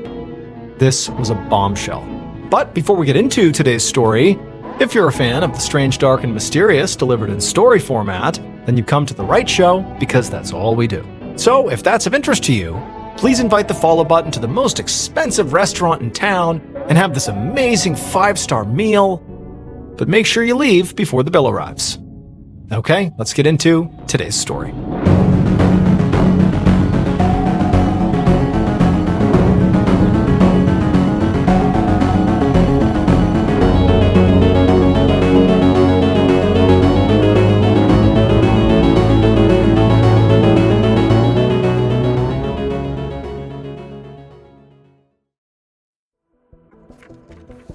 On the afternoon of April 17, 2003, 33-year-old John Parker Jr. sat at his desk in his office at J&J Parker Industries in Maryville, Indiana. He was looking over some paperwork and hoping he would get at least a few minutes without any interruptions to finish reading it. Because in John's world, a few minutes were hard to find. John was the owner of J&J, which was a consulting company dedicated to training people to sell high-end vacuums. Now, vacuums were not glamorous, but his company was really successful, and running it was a lot of work. He was on his feet all day, managing about 25 employees and solving constant problems, and he usually did not get much quiet time to do things like paperwork. And even though John did complain about this, the truth was he actually loved being busy. He had always been a very hard worker. He'd started in the vacuum business as a door-to-door salesman, and even though everyone told him there was no money in vacuums, he'd proved them wrong. He was so good at sales that he made his first $1 million by the time he was just 30 years old. And now he had a whole company that taught other people how to be great at it too. But now, as John tried to get through the paperwork, his desk phone rang. He sighed and he picked it up, and it was his wife, Judy. She told him that their daughter had left her homework in his office when she was there just the other day, and she asked him if he could bring it home with him. Now, John was about to tell his wife that this was now the second time she had reminded him about this homework, but he stopped himself because right now things were pretty good. Things between them were solid, and so he tried to remind himself that it was not worth messing that up. So John and Judy had been married for 10 years, and she was his partner in life and in business. They had raised 4 kids together, and Judy was actually the second J in J&J Parker Industries. John knew that to everyone else they looked like a happy, successful power couple, but the truth was much more complicated. Because about a year ago, Judy had an affair. And this had devastated John at the time, but he really wanted to give their marriage another shot. They had been living in Michigan at the time, and they agreed that moving the business to Maryville, Indiana, where John was from, would be a good way to start fresh. And so far, they both felt like it had been the right call. The business was doing really well, things were looking up, and most importantly, John and Judy were actually getting along. So now, instead of getting annoyed at his wife for repeatedly asking him about the homework, he just said sure, and that he would see her later for their date night. As soon as John hung up with Judy, he heard a knock on the door, and his office manager, Barry Jones, charged in holding more files. Barry dropped them on John's desk and said sorry, but he needed a signature. It was for the final termination paperwork for an employee John fired, whose name was Derek Hall. So a week earlier, John had made the very difficult decision to let Derek go. It wasn't personal. Derek just wasn't a good fit. He couldn't keep up with the sales quota. And John had really high standards for his employees. That's how he became a millionaire in the first place. But Derek somehow thought his firing was John's fault. And he'd actually showed up at J&J and made a scene in the parking lot saying that John had shorted him hundreds of dollars on his last paycheck. And when John tried to defuse things, Derek had physically attacked him. The police had to be called, and they separated John and Derek before it got too ugly. And John had ended up paying Derek what he wanted, since he just wanted the whole thing to be over, which was also why now he was immediately scribbling his signature on the termination paperwork and handing it back to Barry, because hopefully now he would just never have to see or speak to Derek ever again. After work, around 6 p.m., John drove home, which was about 15 minutes away from the office. And when he got inside his house, he heard Judy call down from upstairs that she'd be ready soon. So he yelled back that there was no rush, and he meant it. And this was because just over an hour earlier, his older brother David had met him at the office and they'd gone to a buffet together. So John really wasn't hungry at all anymore. But dinner with Judy was definitely more about spending time together than actually eating, so he wasn't going to say anything about the late lunch. John made his way into the living room where his 4 kids were watching TV. It was his 17-year-old daughter, Christina, her 15-year-old brother Daniel, and their 2 younger sisters. The older kids were going to babysit the younger ones tonight so that he and Judy could go out. But when John tried to make conversation with them, Christina and Daniel gave him the cold shoulder. Now, to any other parent, this could be interpreted perhaps as just typical teenage behavior. But to John, it was more loaded than that. So Christina and Daniel were actually his stepkids. John had been in their life since they were really little, and he considered himself to be their dad. And John had always tried to be very involved in things like coaching Daniel in baseball and going to school concerts and parent-teacher conferences. But his relationship with these kids had changed lately, and frankly, both of the kids had really begun acting out. Christina repeatedly threw parties at their house whenever he and Judy were gone, while Daniel was combative and hung out with a group of friends who were seemingly always in trouble with the law. And this had created a lot of conflict between them and John, because he was the one who tried to discipline them, while Judy sort of always played the good cop. But John knew better than to try and force them to talk to him. So when he went in there, he just kept quiet and they all watched the TV until Judy came downstairs and said she was ready to go.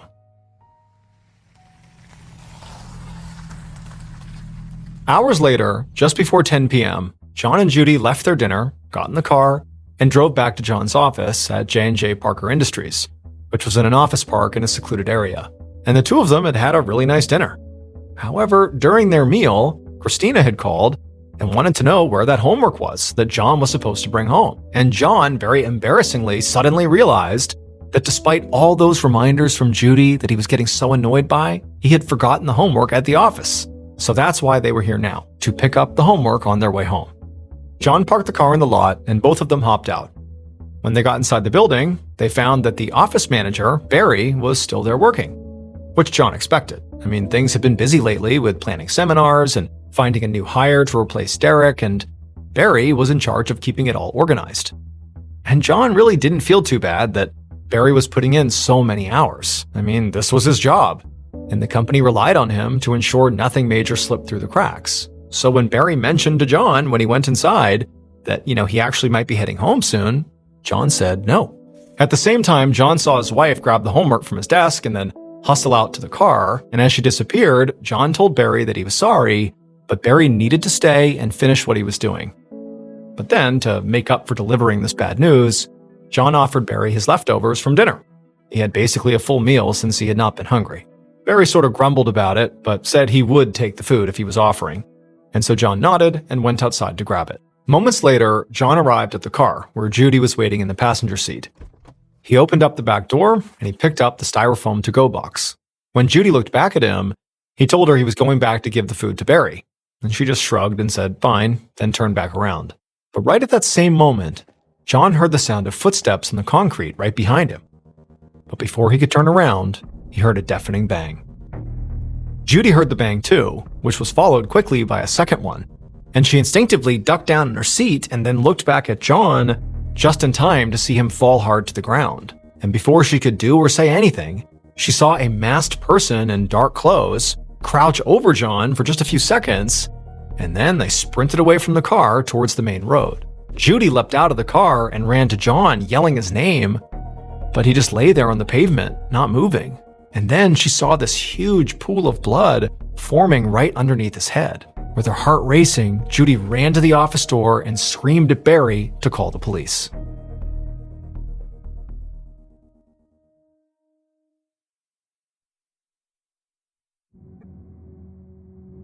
By about 10:30 that night, the parking lot at J&J Parker Industries was overrun with officers and crime scene technicians.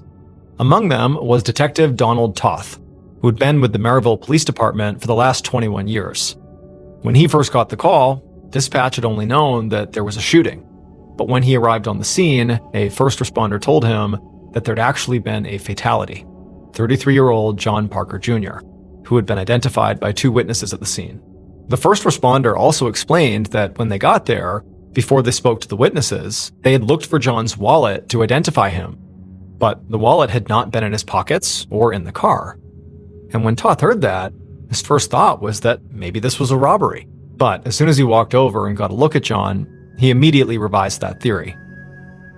John was on his back behind a parked car, and the first thing Toth noticed was that he had a lot of nice jewelry on. Gold and diamond rings, a bracelet, and an expensive-looking Rolex watch. Also, this office park was not close to anything, and it just didn't feel like the kind of place a random mugger would go looking for victims. Toth wondered if the killer took the wallet just to make police believe this could be a robbery. Because the longer he looked at John's body, the more signs he saw that this was likely an efficient, planned execution. John didn't have any visible defensive wounds, and when Toth used a gloved hand to move John's head to the side, he saw a gunshot wound right behind his ear. Toth had actually been a paramedic before becoming a detective, so he knew that shot had likely killed John instantly. It also meant John had his back turned to the shooter when he died. There was an open styrofoam to-go container of food and some car keys on the ground right next to John's body, and their placement made it feel like John might have been holding them when he fell. If John had an altercation, like with a thief or somebody who killed him in the heat of the moment, the scene would be way messier. As far as Toth could tell, the killer had just walked up to John while he was busy with something at his car, aimed the gun, pulled the trigger, and then after he died, grabbed John's wallet and then left. Which also meant the killer very likely had not been at the scene long enough to leave behind much evidence. All Toth saw were just 2 shell casings, and he doubted there would be footprints or DNA. And when Toth spoke to some of the other officers at the scene, he learned they'd already done a sweep of the office park, and they'd looked in dumpsters and bushes and on the roofs of all the buildings, but they hadn't found anything, and they didn't see any cameras or surveillance in the area. So, as Toth stood in the middle of the parking lot and watched his officers continue to search the scene, he realized he was the lead on a case with virtually no forensic evidence, which might have been daunting, but he did have at least 2 witnesses. About an hour later, Toth sat down across a table from John Parker's wife, Judy, inside of an interrogation room inside the Maryville police station. He'd learned a few things about Judy already. She'd been the one who told Barry to call the police, and she was with John when he was shot. He also knew that, as the spouse of the murder victim, she was his best suspect. Now, Toth didn't really think Judy was the actual shooter, but considering how pristine the crime scene was, he knew it was possible this was a hit, done by a professional, and Judy maybe could have hired them. But as Toth spoke to Judy, he started to waver on that theory.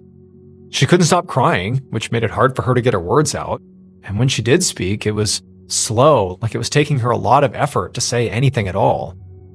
She did manage to give Toth a timeline, how she and John had gone out to dinner for their date, and then stopped over at the office after, since one of their daughters had left some homework there.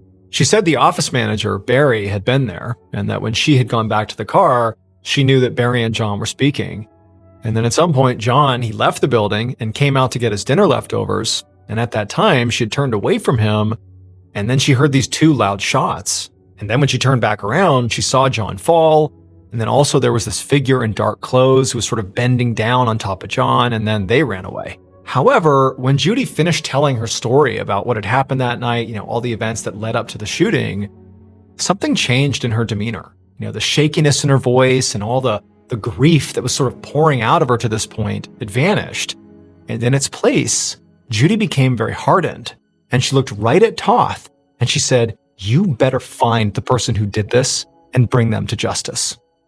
And when Toth saw this, he almost got goosebumps from it because it was such a quick departure from what had been going on. And he thought to himself, either she is a great actress and this is all a big facade and she did it or she was involved, or this is genuine. She's a grieving widow who doesn't know what to make of the fact that her husband has just been killed. At some point, Toth asked Judy if she could think of anybody who might have wanted to hurt John. And Judy appeared to think for a second, but eventually she just said no. She said that John was an incredible husband and father, and they had a great marriage that they had really worked hard on, and everybody at work respected him. But then something clearly occurred to Judy, because she frowned and said, actually, there was someone from work who didn't like John. His name was Derek, and John had fired him recently. And after the firing, Derek had come back to J&J and started a physical fight with John in the parking lot.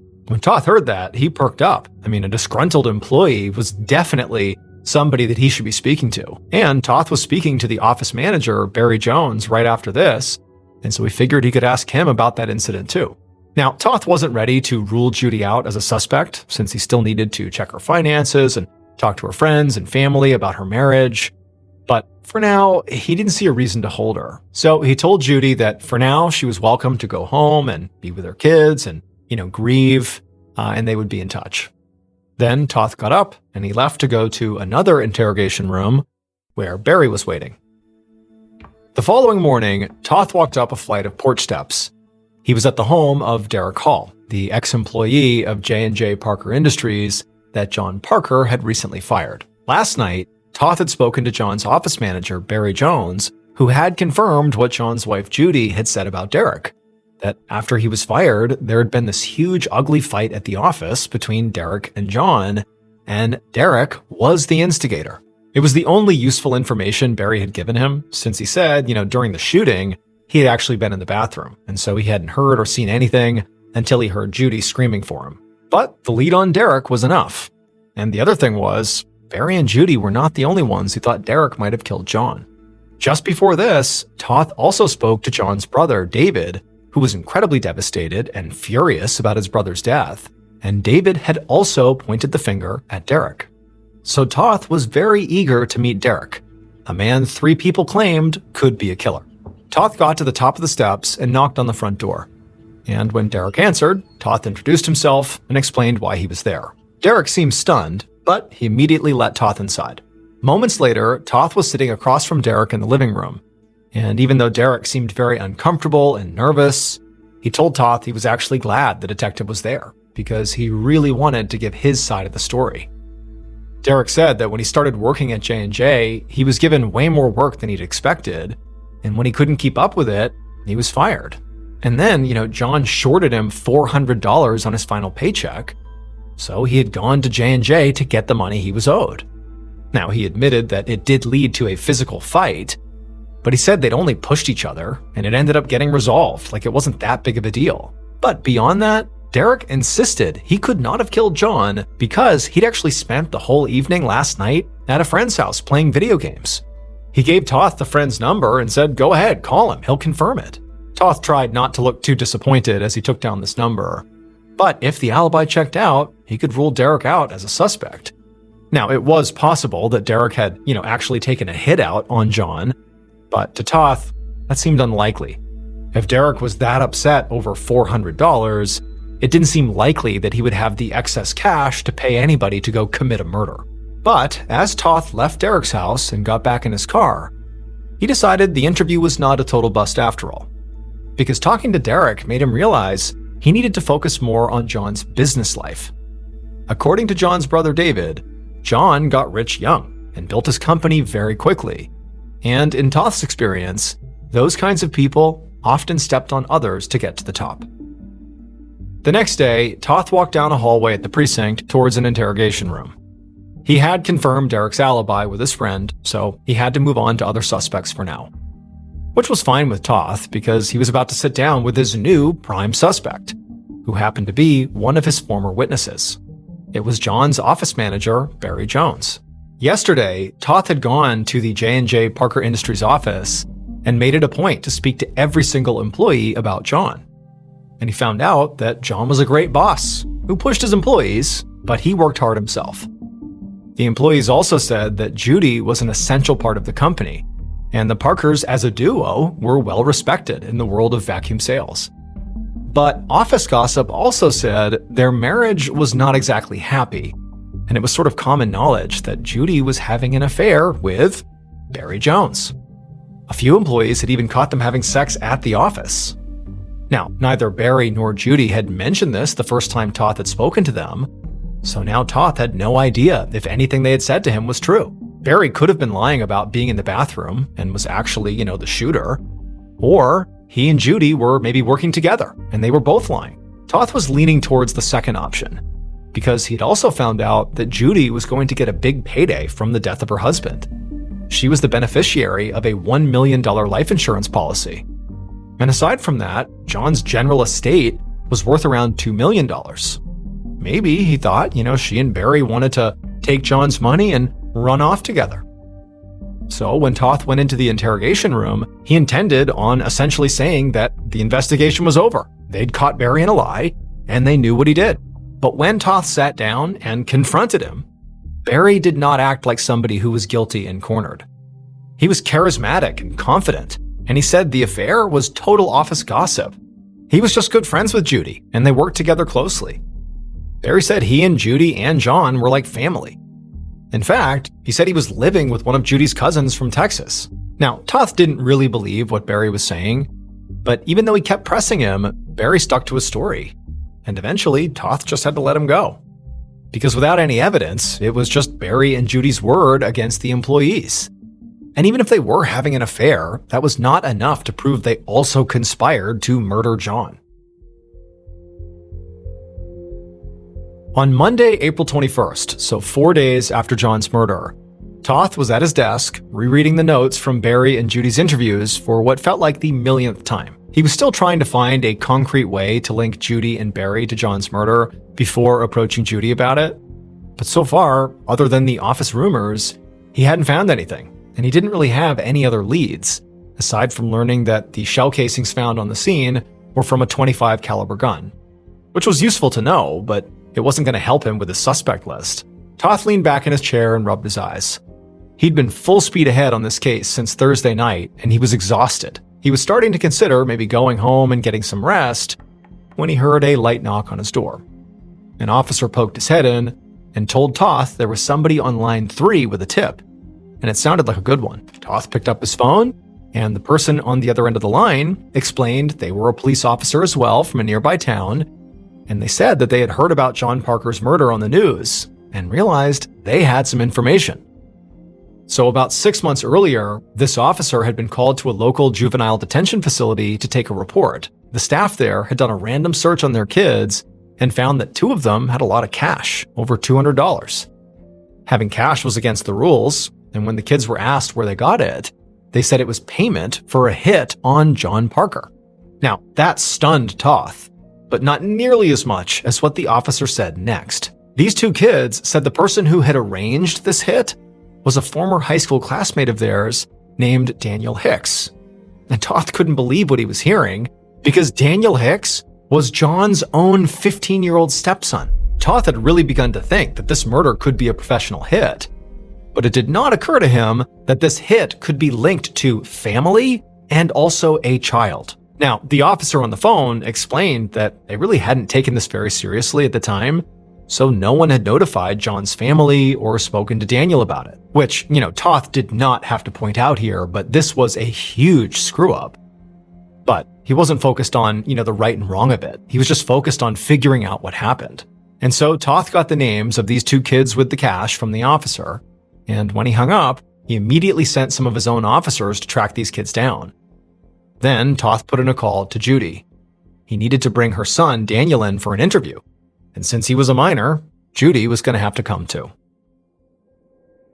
Late that same night, actually after midnight, Toth was once again inside of an interrogation room with Judy. But this time, instead of answering questions herself, Judy was sitting at the back of the room, watching while her son Daniel sat at the table with Toth and a few other detectives. Toth had spoken to Judy right before this, and she had seemed genuinely shocked to hear that her child apparently asked somebody to kill John. She told Toth there had to be a mistake here, and she was happy for police to speak to Daniel directly because that would allow them to clear this all up.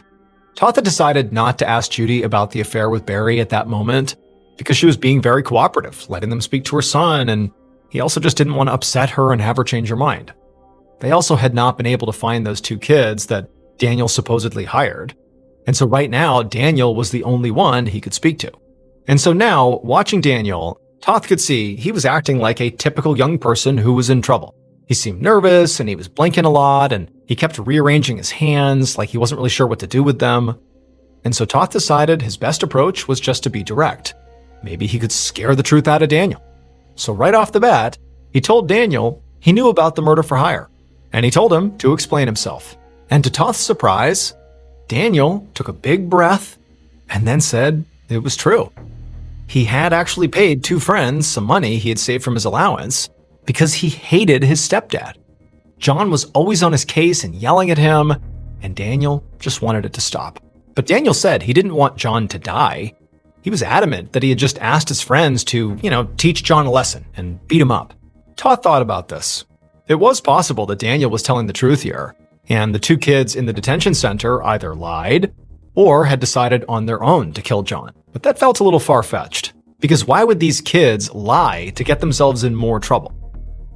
Toth thought it was much more likely that Daniel was the one who was lying, and Toth was not about to let Daniel go anywhere until he found out for sure. So he told Daniel and Judy that he was sorry, but they were going to have to take Daniel into custody. Then Toth called some officers in to make the arrest, and as he left the room, you could hear Judy and Daniel sounding completely shocked behind him. Now, at this point, even though Toth had been up all night and he was totally exhausted, at the same time, he actually felt far more alert than he did even in the couple days before. Because now it felt like they really were, making movement on this case. And so instead of trying to get some rest back at his house, he went back to his office, poured some coffee, and kept on working.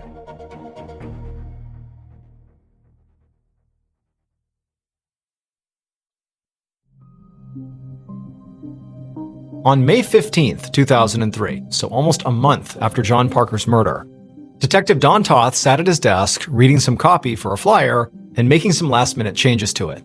So far, it said that police were looking for information about John Parker's murder in Maryville, and it offered a reward to anybody who came forward. Toth planned to pass these flyers out all over town tomorrow to see if the public could maybe give him a new lead.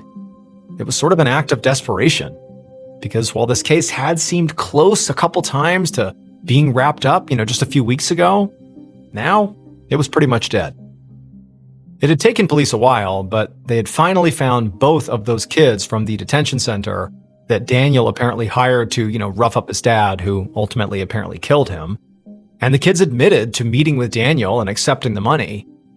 But it turned out there was just no way they were actually the murderers. One of them had been thousands of miles away in Las Vegas when John was killed, and the other had been in detention at a juvenile facility. And so since Toth could not prove the assassins Daniel hired had actually killed anyone, he'd had to let Daniel go. But that didn't mean Daniel was innocent here. Those two kids had said that Daniel did ask for John to be killed, not just beat up. So Daniel was lying about that. And Toth didn't think someone who wanted to kill his father had just stopped wanting to kill his dad all of a sudden. But since Toth knew Daniel was at home babysitting his younger siblings during the time of John's murder, Toth figured he'd likely gotten somebody else to do it. But Toth couldn't just keep talking to Daniel, because Judy had gotten a lawyer, and they were now not letting Toth question the family members at all anymore, which was very frustrating, since Toth wasn't done with Judy either. Out of everyone, she benefited the most from John's death because she was a beneficiary on his life insurance.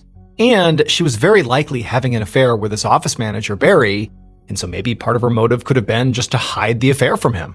And then also Barry. He's potentially having this affair with Judy, John's wife. He might have a motive as well to get rid of John, to just keep this thing a secret. Also, he definitely seemed to think that John was, a pretty tough boss, and so maybe he just had had enough, and he was complicit or actively involved in getting rid of John. He was also at the scene of the crime right when it happened, and since there weren't any cameras, Toth couldn't actually confirm Barry's version of events.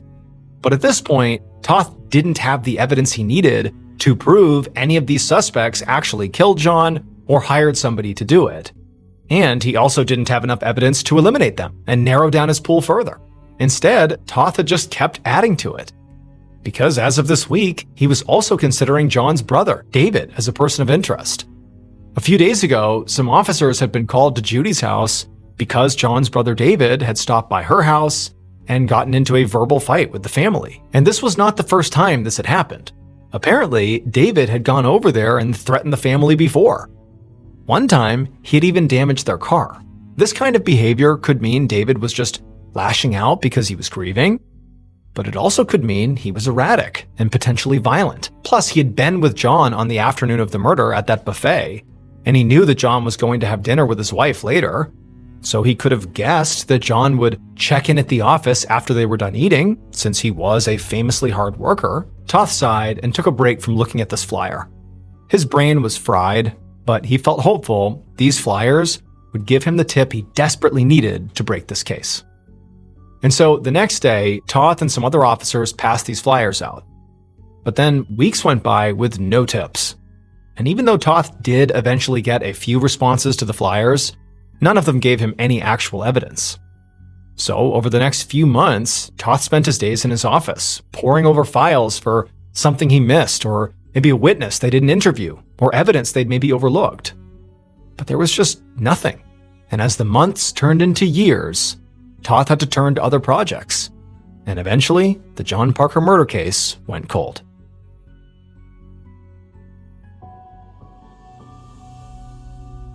"4 years after John's murder, on an afternoon in February of 2007, Toth arrived at work for the day and headed to his office.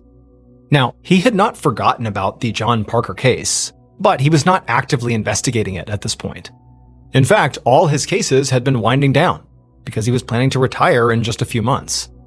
But right before he actually got to his office door, a narcotics officer caught up to him and asked for a word.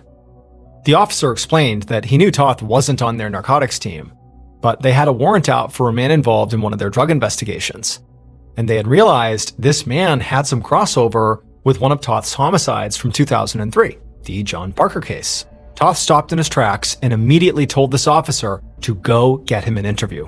And sure enough, later that day, Toth sat down with this man who was very chatty and seemed extremely eager to talk. And the first thing this man did was explain that the person he lived with knew John Parker, and they had admitted to him that they were directly involved in his death. And when this man told Toth the name of this person, Toth couldn't believe it. He leaned back in his chair feeling both relieved and also disturbed. He was relieved because he finally knew who John Parker's killer was, and he was disturbed because this case was now way more twisted than he had ever imagined. Based on the police investigation and multiple confessions, here is a reconstruction of what investigators believe happened to John Parker on the night of April 17th, 2003.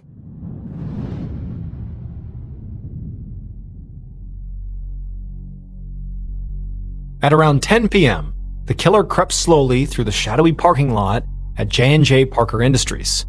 They were wearing a mask and dark clothes, and they were carrying a .25 caliber gun. They could see John's car by the office entrance, with Judy sitting inside of it. But she was not the killer's target. John was. And John was also near the car. He was not inside of it. He was standing right outside one of the back car doors. It was open, and he was rifling around, inside the car, looking for something. And as the killer stared at John, thinking about what they were going to do next, they thought about John, who this man was, and how controlling and selfish he was. He had made the killer's life a living hell. And now, the killer was going to get retribution. So, while John continued to have his back turned, the killer silently walked up right behind him. They raised their gun, aimed at the back of his head, and they fired. And it was a direct hit that hit him right behind the ear, and John fell so fast that when the killer fired a second time, they just missed. Now, the killer had never murdered anyone before, so they were shocked by what they had just done. But they were kind of jostled back into reality when they heard John's wife, Judy, yelling out and screaming. And so quick as can be, the killer grabbed John's wallet, so the police would think this was maybe a robbery gone wrong, and then they turned and sprinted off into the night. Much later that night, the killer waited at home until the person who had masterminded this whole thing arrived, and they gave them a hug and said they had done a good job. The mastermind then took the gun, John's wallet, and the clothes the killer wore during the murder, and told the killer they were disposing of them. And the killer just listened, feeling very relieved.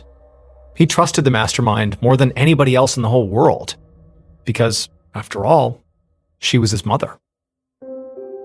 It would turn out Judy had convinced her own 15-year-old son, Daniel, to murder his stepfather, her husband. Judy wanted to get out of her marriage with John, but she knew if she divorced him, she would have only gotten half of his estate and their business. And so with his death, she could get the whole thing. Now, she had actually already tried to kill John, just unsuccessfully. First, she had tried to poison him, but when that didn't work, she had hired a hitman herself. But that also failed. So finally, she asked Daniel to help by promising that he would get some of the money. And she had also enlisted her daughter, Christina, who was the one who found the gun to kill John with. Daniel actually tried to hire somebody else for the job, but then ultimately just did it himself and used his younger siblings for an alibi, saying he was at home babysitting. And the man who told all this to the police was Christina's husband, who she married 2 years after John's death. And once her husband gave authorities the whole story, police interrogated both Christina and Daniel, who eventually confessed. Judy was convicted of murder and sentenced to 33 years in prison, while Daniel got 23 years in prison. And Christina received 5 years for her part in the murder as well. Christina would die in 2013 from a drug overdose. Daniel was released in 2017, and Judy was released in 2022.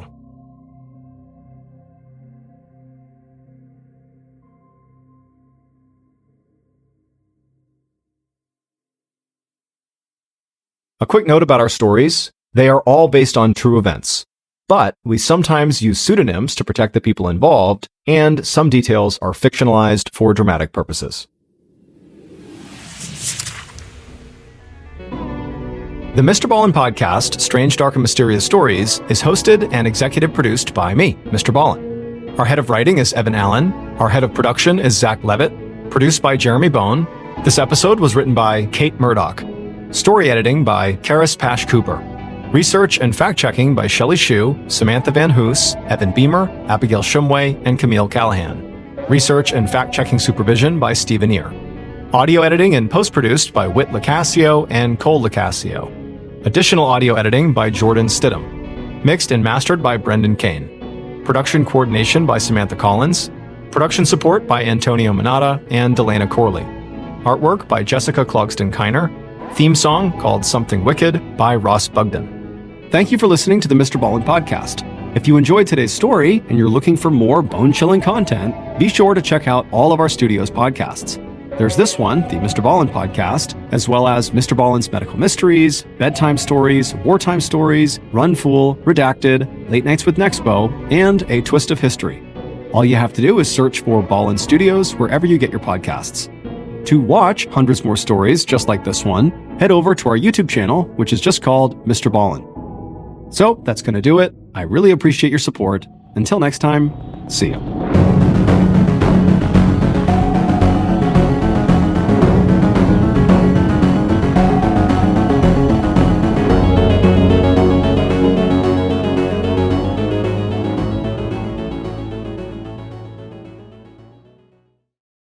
Today's story is about a murder from 2003 in Rochester, New York. Now, at first, when you listen to this story, it's going to sound like a sort of run-of-the-mill murder case, if there is such a thing. But it's not. When you get to the end of the episode, we're going to reveal one piece of information that you didn't have, that not only will inform why anything happened in the story, it'll completely explain that, but more than that, it will totally alter your perspective of what you thought was happening when you first listened to the story. I'm sure a lot of you, once you reach the end, may consider listening to this story all over again. But before we get into today's story, if you're a fan of the strange, dark, and mysterious delivered in story format, then you've come to the right place because that's all we do. So, if that's of interest to you, the next time the follow button is having all their friends over for game night, secretly sneak into their house and replace all of their air fresheners with fart spray. Okay, let's get into today's story.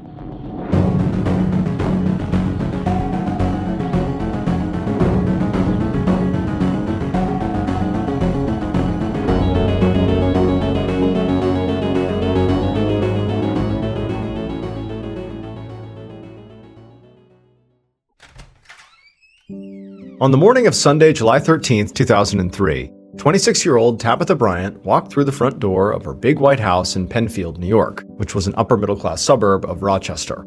Her husband, Kevin, and their 2 young sons followed her inside, and they were all dressed in their Sunday best because they had just come back from church. However, on this morning, Tabitha sort of felt like a fraud because she knew she was not really living a Christian lifestyle. So Tabitha was actually having an affair with a guy named Keith. And her husband, Kevin, who was 45 and nearly 20 years her senior, he had recently found out about it and confronted her about it. Tabitha, during this confrontation, had promised Kevin that she would end the affair. And then she and Kevin had agreed that they really needed to work on their marriage together. But despite sort of coming to a kind of resolution, it was very obvious that Kevin was still very mad at her. And so Tabitha had been sleeping on the pull-out couch in the den ever since. Now, Tabitha watched as Kevin grabbed his briefcase off the kitchen counter, he kissed their 2 boys goodbye, and then he walked back out to his car. Tabitha was used to him disappearing to the office on the weekends. Kevin was a lawyer, and he worked basically all the time. And, they did depend on his salary, his big salary, to pay their mortgage and also finance their expensive lifestyle with vacations and lots of nights out. Now, despite Kevin's salary being so sizable, they had for a while tried to supplement his income by renting out a bedroom in their house to Tabitha's half-brother, Cyril Weinbrenner, and his girlfriend, Cassidy Green. However, that arrangement, despite it being profitable for the couple, had ultimately soured when Cyril, the half-brother, had begun using drugs inside of the house. And so Cyril and Cassidy had moved out 2 months earlier, but despite, the terms on which they left, the group, Cyril, Cassidy, Tabitha, Kevin, their family, they remained friends, and they would still actually spend time together on the weekends. It was just they were not able to live together. Now, Tabitha, she did like having that extra money coming in, but the truth was, having her whole house back to herself was ultimately a good thing. Like, she felt relieved in some ways. But also, there was a part of her that sort of missed having, her half-brother and Cassidy around. Especially when Kevin was, gone all the time working. Like, she just felt lonely. And also, on top of just being lonely, Tabitha often was the one saddled with childcare. They had a toddler and a 5-year-old, and, she was just sort of taking care of kids all the time, or sort of isolated. It was just exhausting. And now, as she watched Kevin back his car out of the driveway, she could tell today was going to be another long, exhausting, lonely day. That night, around 9 p.m., Tabitha was fast asleep on Kevin's bed with one of their sons when she felt somebody shaking her. And when she opened her eyes and looked up, she saw Kevin standing right over her. And he leaned down and he whispered to her that it was very late and that Tabitha should go to her bed out on the pull-out couch. And then he picked up their sleeping son and carried him off to the boys' bedroom without waiting for a response from Tabitha. As Tabitha got out of bed, she thought about just staying put and insisting on sleeping in the master bedroom that night. But, their kids were already asleep, and she also didn't want to risk getting into a fight with Kevin, especially at this hour, and waking everyone up. And so ultimately she decided against it and just left the bedroom and headed downstairs to the den. And then when she got there, Tabitha unfolded the pull-out couch and lay down, and she tried to fall asleep, but after tossing and turning for a while, she just pulled out her phone. And she pulled up the number for Keith, the guy she'd been having an affair with. As she did this, she reminded herself that she had promised to end things with Keith. But she was also feeling sort of desperate for someone to talk to. And Kevin was clearly very intentionally shutting her out, so after a moment, Tabitha hit the call button. Later that same night, around midnight, 911 operator Jacqueline Sanabria had just started her shift at the Monroe County Sheriff's Office when a call came in. Jacqueline answered it, and immediately this man's voice came over the line saying his wife had just been shot. And so right away, Jacqueline followed protocol, and as calm as she could, she asked the man, had he attempted CPR? And the man, in this eerily calm voice, said no, he hadn't. And the reason he gave was there was simply too much blood. At 1:45 a.m. on July 14th, 2003, so about 2 hours after that 911 call, Sergeant Paul Sienna of the Monroe County Sheriff's Department pulled up in front of a large white house with black shutters and an attached garage. There were a bunch of police cruisers and forensics vans that were already on the scene, and Sienna could see neighbors who were kind of coming outside, watching from their lawns and driveways, trying to figure out what was going on.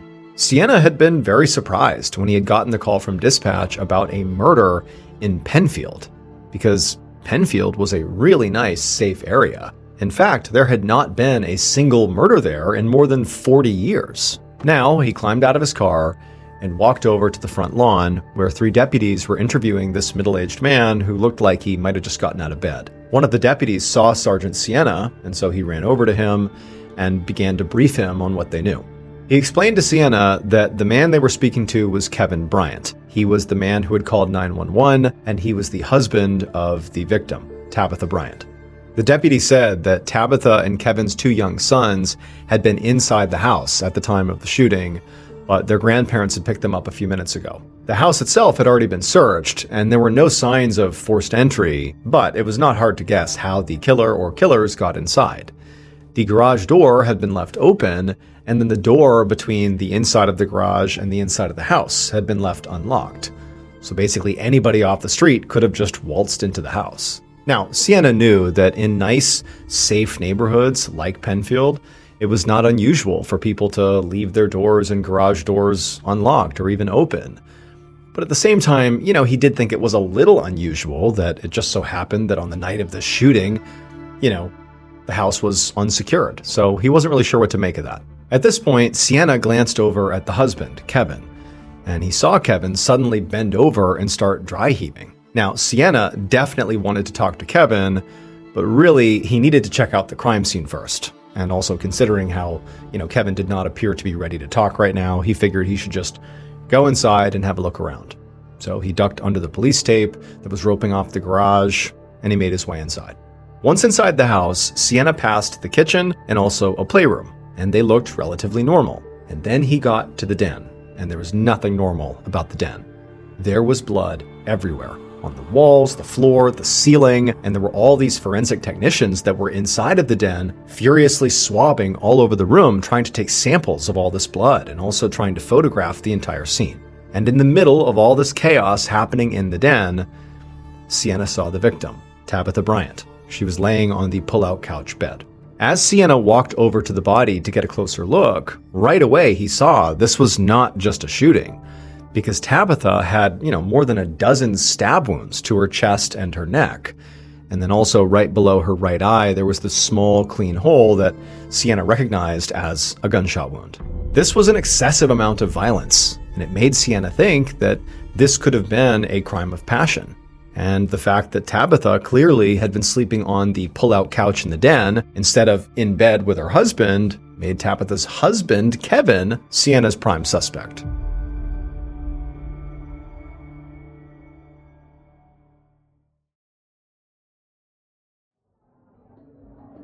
At 8:40 a.m. on July 14th, 2003, so about 9 hours after Tabitha Bryant was killed, Sergeant Paul Sienna sat across from her husband, Kevin, at a diner in Rochester, New York.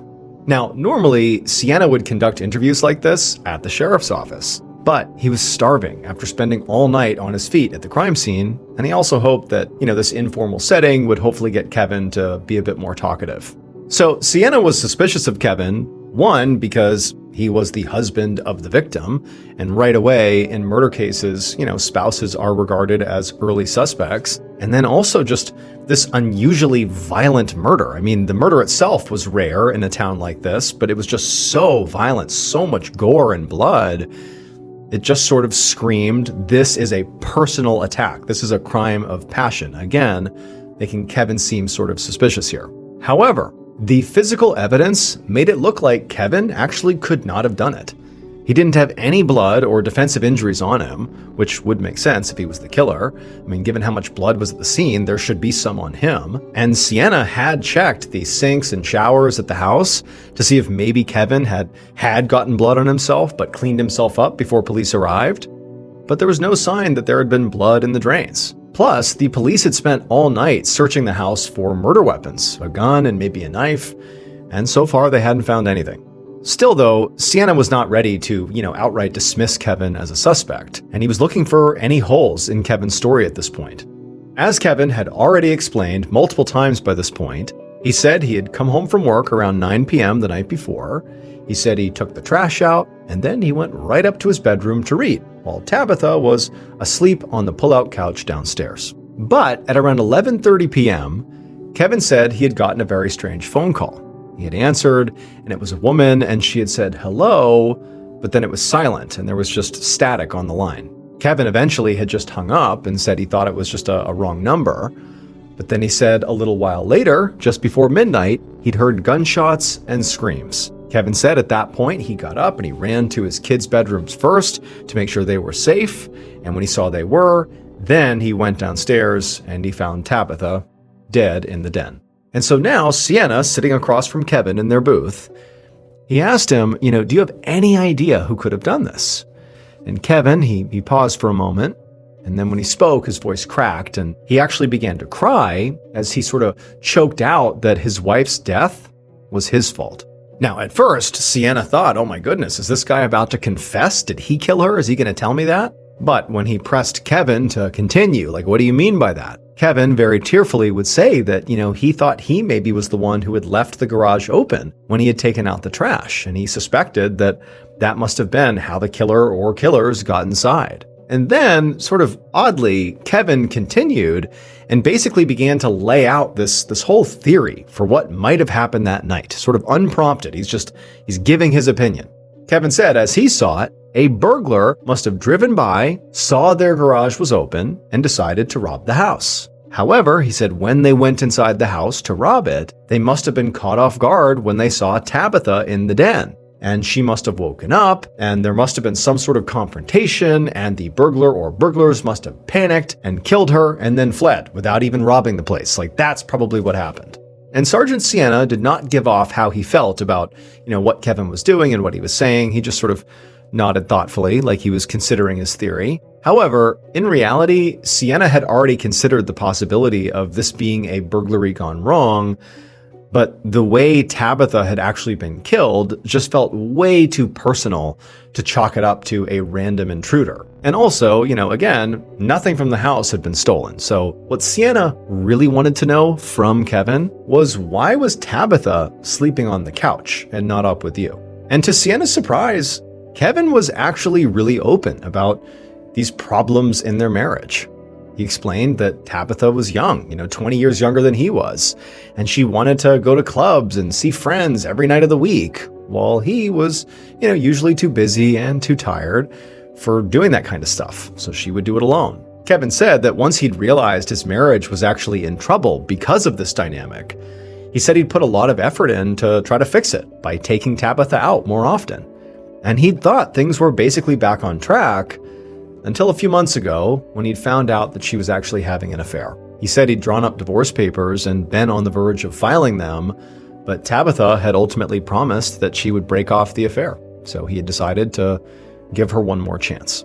As Kevin said this, Sienna watched him very closely, trying to gauge whether or not Kevin was lying. Kevin definitely seemed nervous as he was speaking, and he also kept tapping his foot and running his fingers through his hair. But there was a chance that was also just exhaustion and maybe some shock, lingering shock. Sienna checked his watch and saw it was almost 9 o'clock, and he knew Kevin by this point had been awake for about 24 hours. But Sienna didn't want to just let him off the hook right now, because if Kevin was guilty, if he really did kill his wife or had something to do with it, Sienna knew he might never get a better shot at a confession than right now. So he decided he would just push Kevin to his breaking point and see if he'd crack. 8 hours later, around 4 p.m., Sienna stared at Kevin from across an interview room at the Monroe County Sheriff's Office in downtown Rochester. Kevin was sort of slumped in his chair with his head buried in his hands, and he kept complaining about migraines. Now, Sienna was not surprised that Kevin might be feeling worn out right about now, because he'd been answering questions for the last 17 hours. And they'd covered everything from the details of Kevin and Tabitha's relationship to their extended families, including the fact that Tabitha's half-brother, Cyril, had lived with them for a few months earlier in the year and it had sort of ended badly. And by this point, Kevin had made it clear that he actually thought Keith Cromwell, the guy Tabitha had been cheating on him with, should be a suspect, and Sienna had to agree. However, what Sienna couldn't get over right now was just how angry Kevin sounded whenever he mentioned Keith. I mean, he was truly enraged. He clearly was not remotely over his wife's affair. And so now Sienna was trying to gauge if maybe Kevin was angry enough about this to have committed murder. And so Sienna decided he would push Kevin a little bit further and extend the interview. And he did this by suggesting that they go ahead and order dinner. And at that point, Kevin, who was totally mad, he jumped up out of his chair and he said that unless he was under arrest, he needed to go back to his kids. And Sienna did not have the evidence to hold Kevin, so he had no choice but to tell him that, of course, he was free to leave. And as Sienna watched a deputy escort Kevin out of the room, he felt a little disappointed that he had not managed to get a confession. But he had gotten some pretty promising leads. Primarily, there was Tabitha's half-brother, Cyril, who definitely sounded like he knew a lot about Kevin and Tabitha's relationship, and he could have some good insights. And also, Sienna was thinking, as soon as possible, he needed to speak to Keith, who was Tabitha's affair partner. At 10 a.m. the next morning, Sergeant Sienna sat across from a broad-shouldered, bald, middle-aged man in the living room of a small house outside of Rochester. This was Keith Cromwell, the man that Tabitha had been having an affair with, and he struck Sienna as being a pretty tough, intense guy. So Sienna was actually a bit taken aback when he asked Keith about his affair with Tabitha, and Keith just began to cry. It just seemed sort of uncharacteristic for the way he appeared, at least at first glance. But Keith quickly wiped his eyes and he apologized, and then he asked what exactly Sienna wanted to know. And Sienna told him to just, start at the beginning. So Keith explained that he was a machine operator at a local factory, and it was a really stressful job. So Keith would sometimes blow off steam by going to a nearby strip club. And it was at that strip club about 6 months earlier that he had met Tabitha Bryant. And this really caught Sienna off guard, and he immediately asked Keith, what was Tabitha doing there at the strip club? But Keith just shrugged and said Tabitha had a wild side. She was a regular there. Sienna was still sort of taken aback by this and really didn't know what to think of it, but he just told Keith to keep telling his story. And so Keith continued, and he explained how he and Tabitha had exchanged numbers that first night, and then started texting and calling, and how that eventually turned into regular meetups when Kevin was at work. He said by July, they were hanging out several times a week and speaking on the phone basically every day. And Keith said this continued right up until Tabitha's death. And here, Sienna had to stop Keith again, because Kevin had told Sienna that Tabitha and Keith, their affair was over. But here Keith was basically telling Sienna the opposite. And so when Sienna pressed him on it, Keith said that actually Tabitha had called him around 11 p.m. on Sunday night, only about an hour before she was killed. And so this timing just felt like way too big of a coincidence, and it made Sienna wonder if Keith was actually just trying to give himself an alibi. Except it was not a very good one, because Keith lived close enough to Tabitha and Kevin that after that last phone call at about 11 o'clock, he would have had time to hang up the phone and drive over to their house and commit the murder by midnight. So this really wasn't an alibi. So now, Sienna realized he was in a tough spot here. Tabitha's affair really gave both Kevin and Keith strong motives to want to kill her. And so basically, neither man could be ruled out. They were kind of like equally primary suspects at this point. And on top of that, the additional information that Tabitha had been a regular at a strip club just raised a lot of additional questions. He realized he really needed to speak to someone who really knew Tabitha.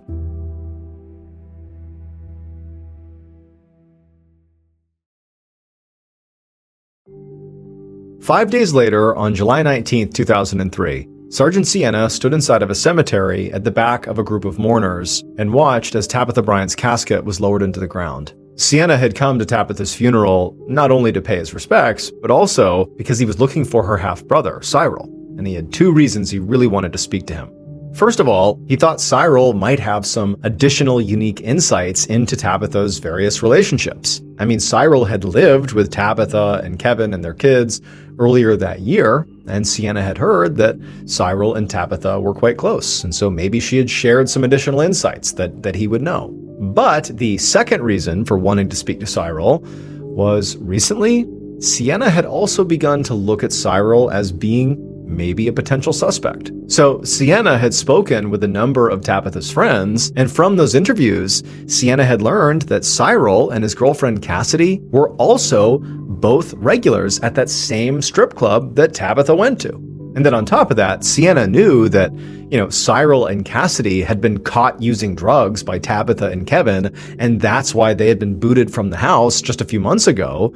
And so who knows, there could be some bad blood there. And so this made Sienna wonder if Tabitha's murder might have had nothing to do with her affair, and everything to do with, very likely some fight that she had had with Cyril and Cassidy when she caught them and kicked them out. But now, as Sienna scanned the funeral crowd, he didn't see anybody who matched Cyril's description. And so when the service ended and all the mourners began making their way out to the parking lot, Sienna hustled over to Tabitha's mother, and he asked her had Cyril attended the funeral. And she said that actually, no one had heard from Cyril since the night Tabitha was killed. And she said that she was really worried about him because Cyril's mental health was quite fragile. About a year earlier, he'd suffered a huge mental breakdown after the death of another sibling, which was why Tabitha had invited him to live with her in the first place. And so now Tabitha's mom was afraid that Cyril had spiraled again and might be in trouble. But as empathetic as Sienna was, ultimately, this information he was getting from the mother did not paint Cyril as like a guy in need of help. It painted Cyril as being really suspicious. And so, as politely as he could, Sienna asked the mom if she had any idea of like how he could go about trying to find Cyril, like any way he could even begin that process. And Tabitha's mom, she thought for a moment and then said that if anyone knew where Cyril was, it was his girlfriend, Cassidy Green. One night, about a week after Tabitha's funeral, Sergeant Sienna sat in the back of an unmarked van in downtown Rochester. And through the windshield, he watched a man standing alone in an alley, pacing back and forth, constantly checking his phone. This was all part of a sting operation that Sienna hoped would finally lead him to Tabitha's half-brother Cyril. Ever since Tabitha's funeral, he and his fellow deputies have been trying to track Cyril down, but so far they'd had no luck. It looked an awful lot like Cyril had either left town or was actively hiding from the police. However, Sienna had managed to locate Cyril's girlfriend, Cassidy, who, it would turn out, was well known to the police for being a drug dealer and an escort who went by the working name of Angel. Now, Sienna doubted that if he approached Cassidy directly, that she would just immediately give up Cyril's location willingly. And so what he needed to do was, get leverage on her first. So Sienna went to an informant of his with a plan. The informant would reach out to Cassidy, or Angel, looking to buy some cocaine, and then once they had clear evidence that she had broken the law by selling these drugs, Sienna would arrest her and then try to strike a deal to get her to talk about Cyril. And so now, through a pair of binoculars, Sergeant Sienna watched as a small blonde woman appeared at the far end of the alley. His heartbeat picked up as he realized it was definitely Cassidy, and he watched as she walked right up the alley and began talking to the informant, the man who had been pacing before on his phone. And when Sienna saw the money and drugs change hands, he gave the command on his radio to go ahead and move in. In an instant, 2 police cars rounded the corner with their sirens blaring, cutting off both ends of the alley. Cassidy looked completely startled and started to run before the arriving deputies boxed her in, and moments later, they had her in handcuffs. The following morning, Sienna stood outside of an interview room at the sheriff's office in Rochester, New York. He looked through a 2-way mirror, and on the other side of the glass, he watched a deputy question Cassidy, the girlfriend of Tabitha's half-brother Cyril, who was still missing and still a major suspect. Now, Cassidy had been completely stonewalling police since they'd arrested her for selling cocaine the night before, and she was still insisting that she had no idea where Cyril was or why he'd disappeared. Now, to this point, the deputy who was speaking to Cassidy had not brought up Tabitha's murder. And so at this point, Cassidy seemed to think that her only problem was the cocaine charge. And so as Sienna watched this interview just kind of go in circles and drag because Cassidy just was not giving them anything, finally Sienna just couldn't take it anymore, and he just busted in the room and he slammed a folder down right on the table, totally shocking not just the deputy, but Cassidy. They both looked at him like, "What are you doing?" And then before Cassidy could say or do anything, Sienna looked right at her and just said, "I don't care about your drug charge. What I want to know is what you know about Tabitha Bryant's murder." And at first, Cassidy just stared back at Sienna and said nothing. And for a minute, Sienna thought maybe he had sort of miscalculated here. But then after a long, awkward pause, Cassidy's whole demeanor shifted and she started to talk.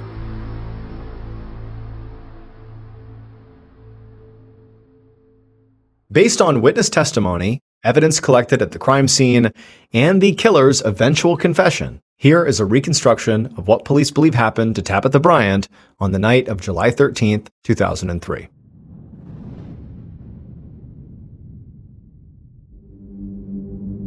Around 11:50 p.m., the killer very carefully crept through the first floor of the Bryant home carrying a rifle, and they went straight to the den, where they found Tabitha asleep on the pull-out couch.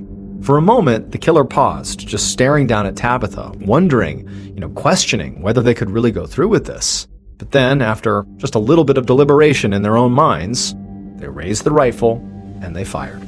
The bullet entered Tabitha's skull right under her right eye, but it didn't kill her.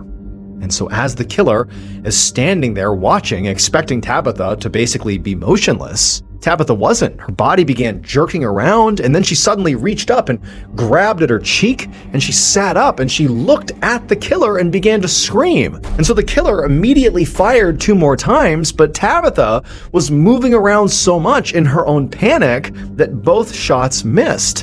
And then on the 4th shot, when the killer pulled the trigger for the 4th time, the rifle jammed. And so at this point, the killer completely panicked. And so the killer turns and they run into the kitchen. All the while, Tabitha is flailing around in the den. She's screaming, blood's going everywhere. And the killer, they grab a butcher's knife from the kitchen. They run back into the den. And when they get there, they see Tabitha is now standing. And she's clutching at her face. She's screaming. And the killer tackles her back onto the bed and begins stabbing her over and over again in the neck and the chest until she does finally go limp. When the killer climbed off of Tabitha and stood back up, they realized they, like the rest of the room, were covered in blood. And so the killer began just sort of backing away from the scene, not really sure what they were going to do. And as they're doing this, they hear a noise behind them and they whip around and they see there was a figure coming down the stairs.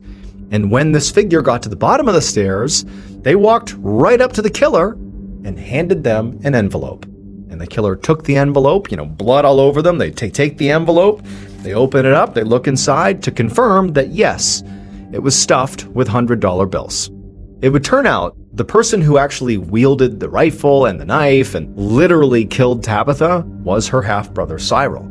He got covered in blood so that the real mastermind, Tabitha's husband, Kevin, could keep his hands clean.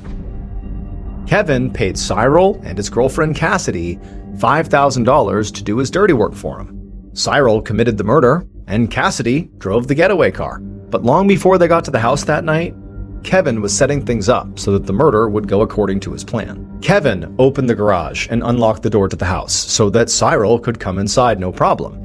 And when he found Tabitha in their bed upstairs, he woke her up and told her to head on down to the den, where he knew Cyril would look for her. Kevin was motivated by anger over Tabitha's affair with Keith, and also the fear that he would lose his kids if they got divorced.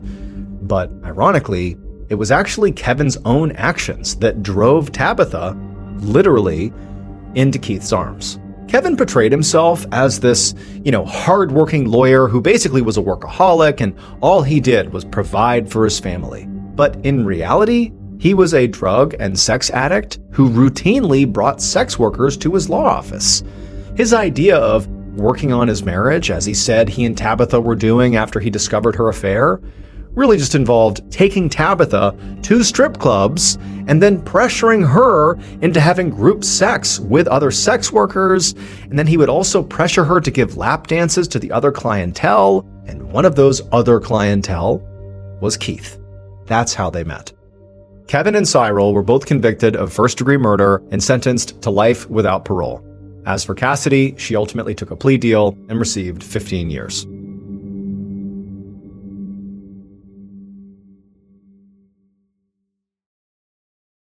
A quick note about our stories. They are all based on true events, but we sometimes use pseudonyms to protect the people involved, and some details are fictionalized for dramatic purposes. The MrBallen Podcast, Strange, Dark, and Mysterious Stories, is hosted and executive produced by me, Mr. Ballen. Our head of writing is Evan Allen, produced by Jeremy Bone and Cole Lacasio. This episode was written by Andrew Kelleher. Research and fact-checking by Shelley Shue, Samantha Van Hoos, Evan Beamer, Abigail Shumway, Camille Callahan, Alex Paul, Ben Fasciano. Research and fact-checking supervision by Stephen Ear. Audio editing and post-produced by Whit Lacasio and Jordan Stidham. Production support by Antonio Minata and Delana Corley. Artwork by Jessica Clogston-Kiner. Theme song, Something Wicked, by Ross Bugden. Thank you for listening to the MrBallen Podcast. And just a reminder, every new and exclusive episode we put out on the MrBallen Podcast, you can also now watch on the MrBallen YouTube channel that very same day. And trust me, some of these stories you truly have to see to believe. Again, my YouTube channel is just called MrBallen. If you want to listen to episodes 1 week early and ad-free, you can subscribe to SiriusXM Podcast Plus on Apple Podcasts or visit SiriusXM.com/Podcast Plus to listen with Spotify or another app of your choice. So that's going to do it. I really appreciate your support. Until next time, see ya.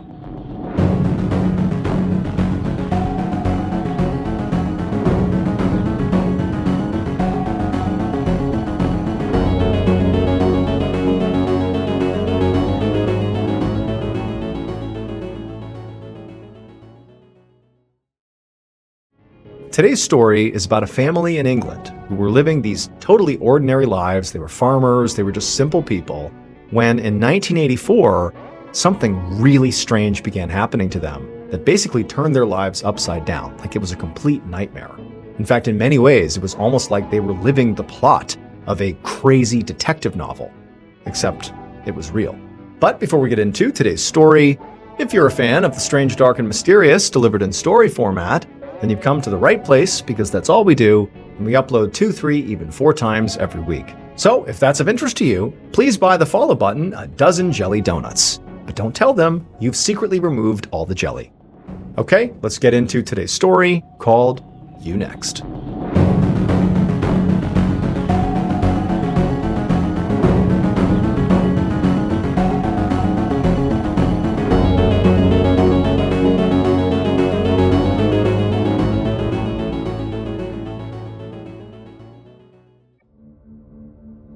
On the morning of March 30th, 1984, a 43-year-old dairy farmer named Graham Backhouse walked slowly across this huge fenced-in field on his farm in Horton, England, carrying along a bucket of cow feed.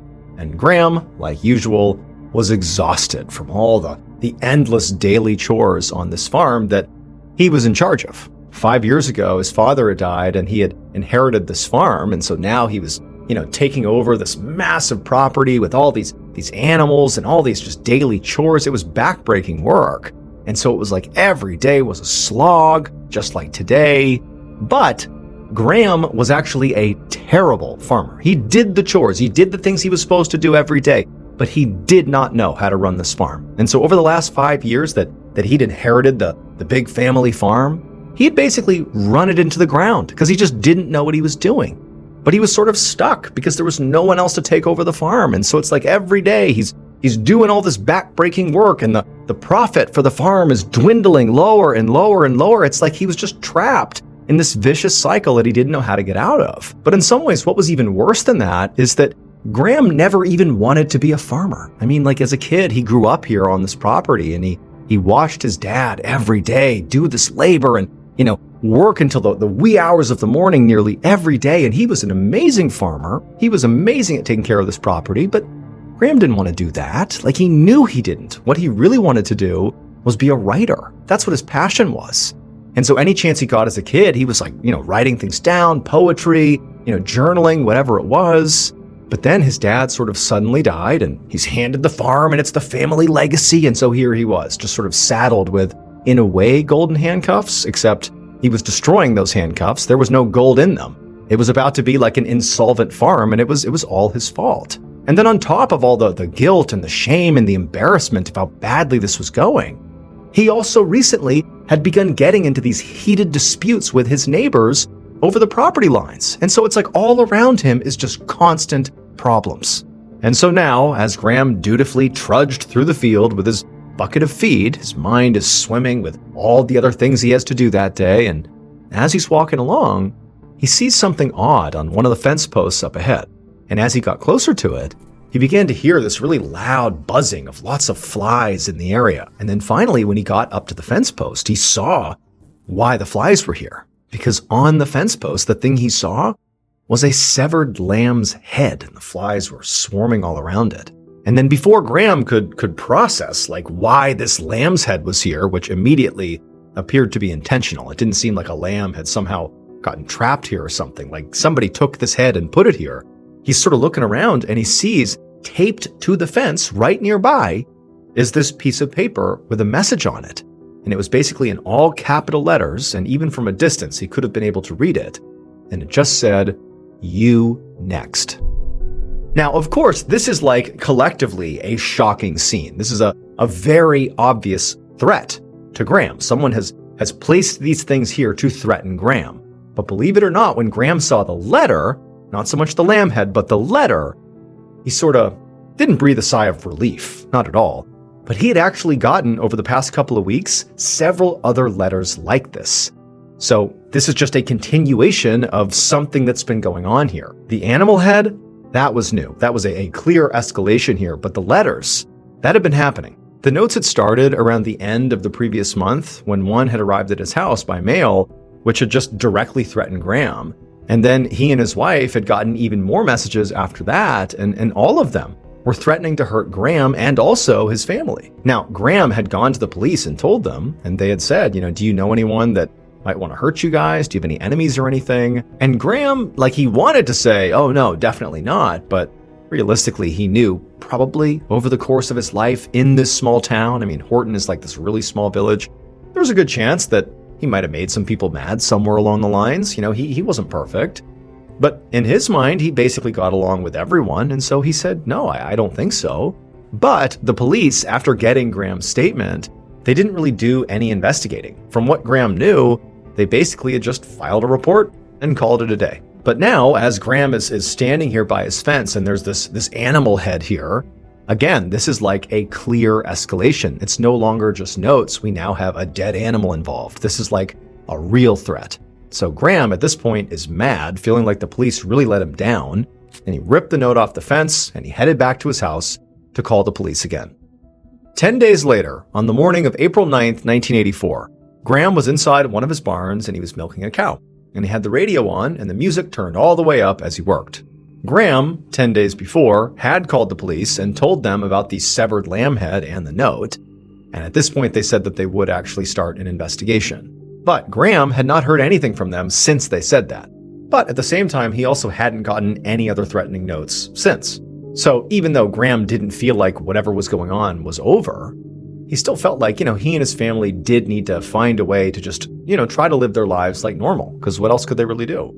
And so today was just going to be a day where he and his family just tried to go about their business as they normally would.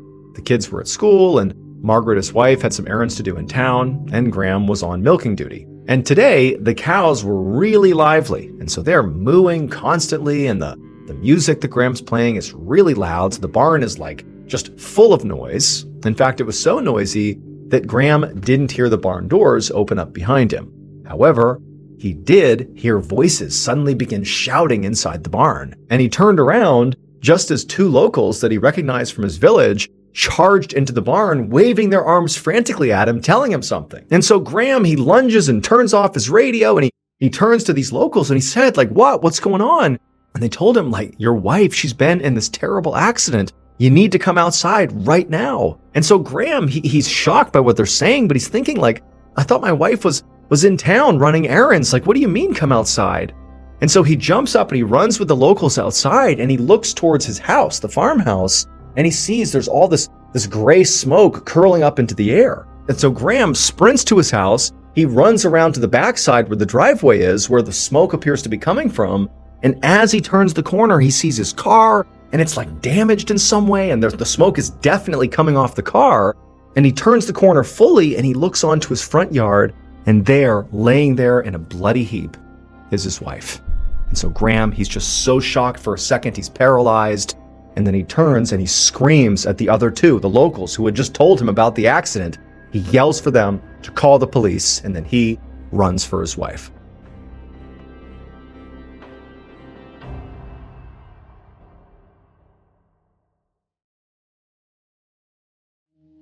About 20 minutes later, Graham stood by his front steps with a police officer while a team of paramedics loaded his wife into an ambulance. Amazingly, despite her horrible injuries, especially to her legs, she was still alive. But Graham couldn't actually go with her to the hospital right now because he had to give a statement to the officer.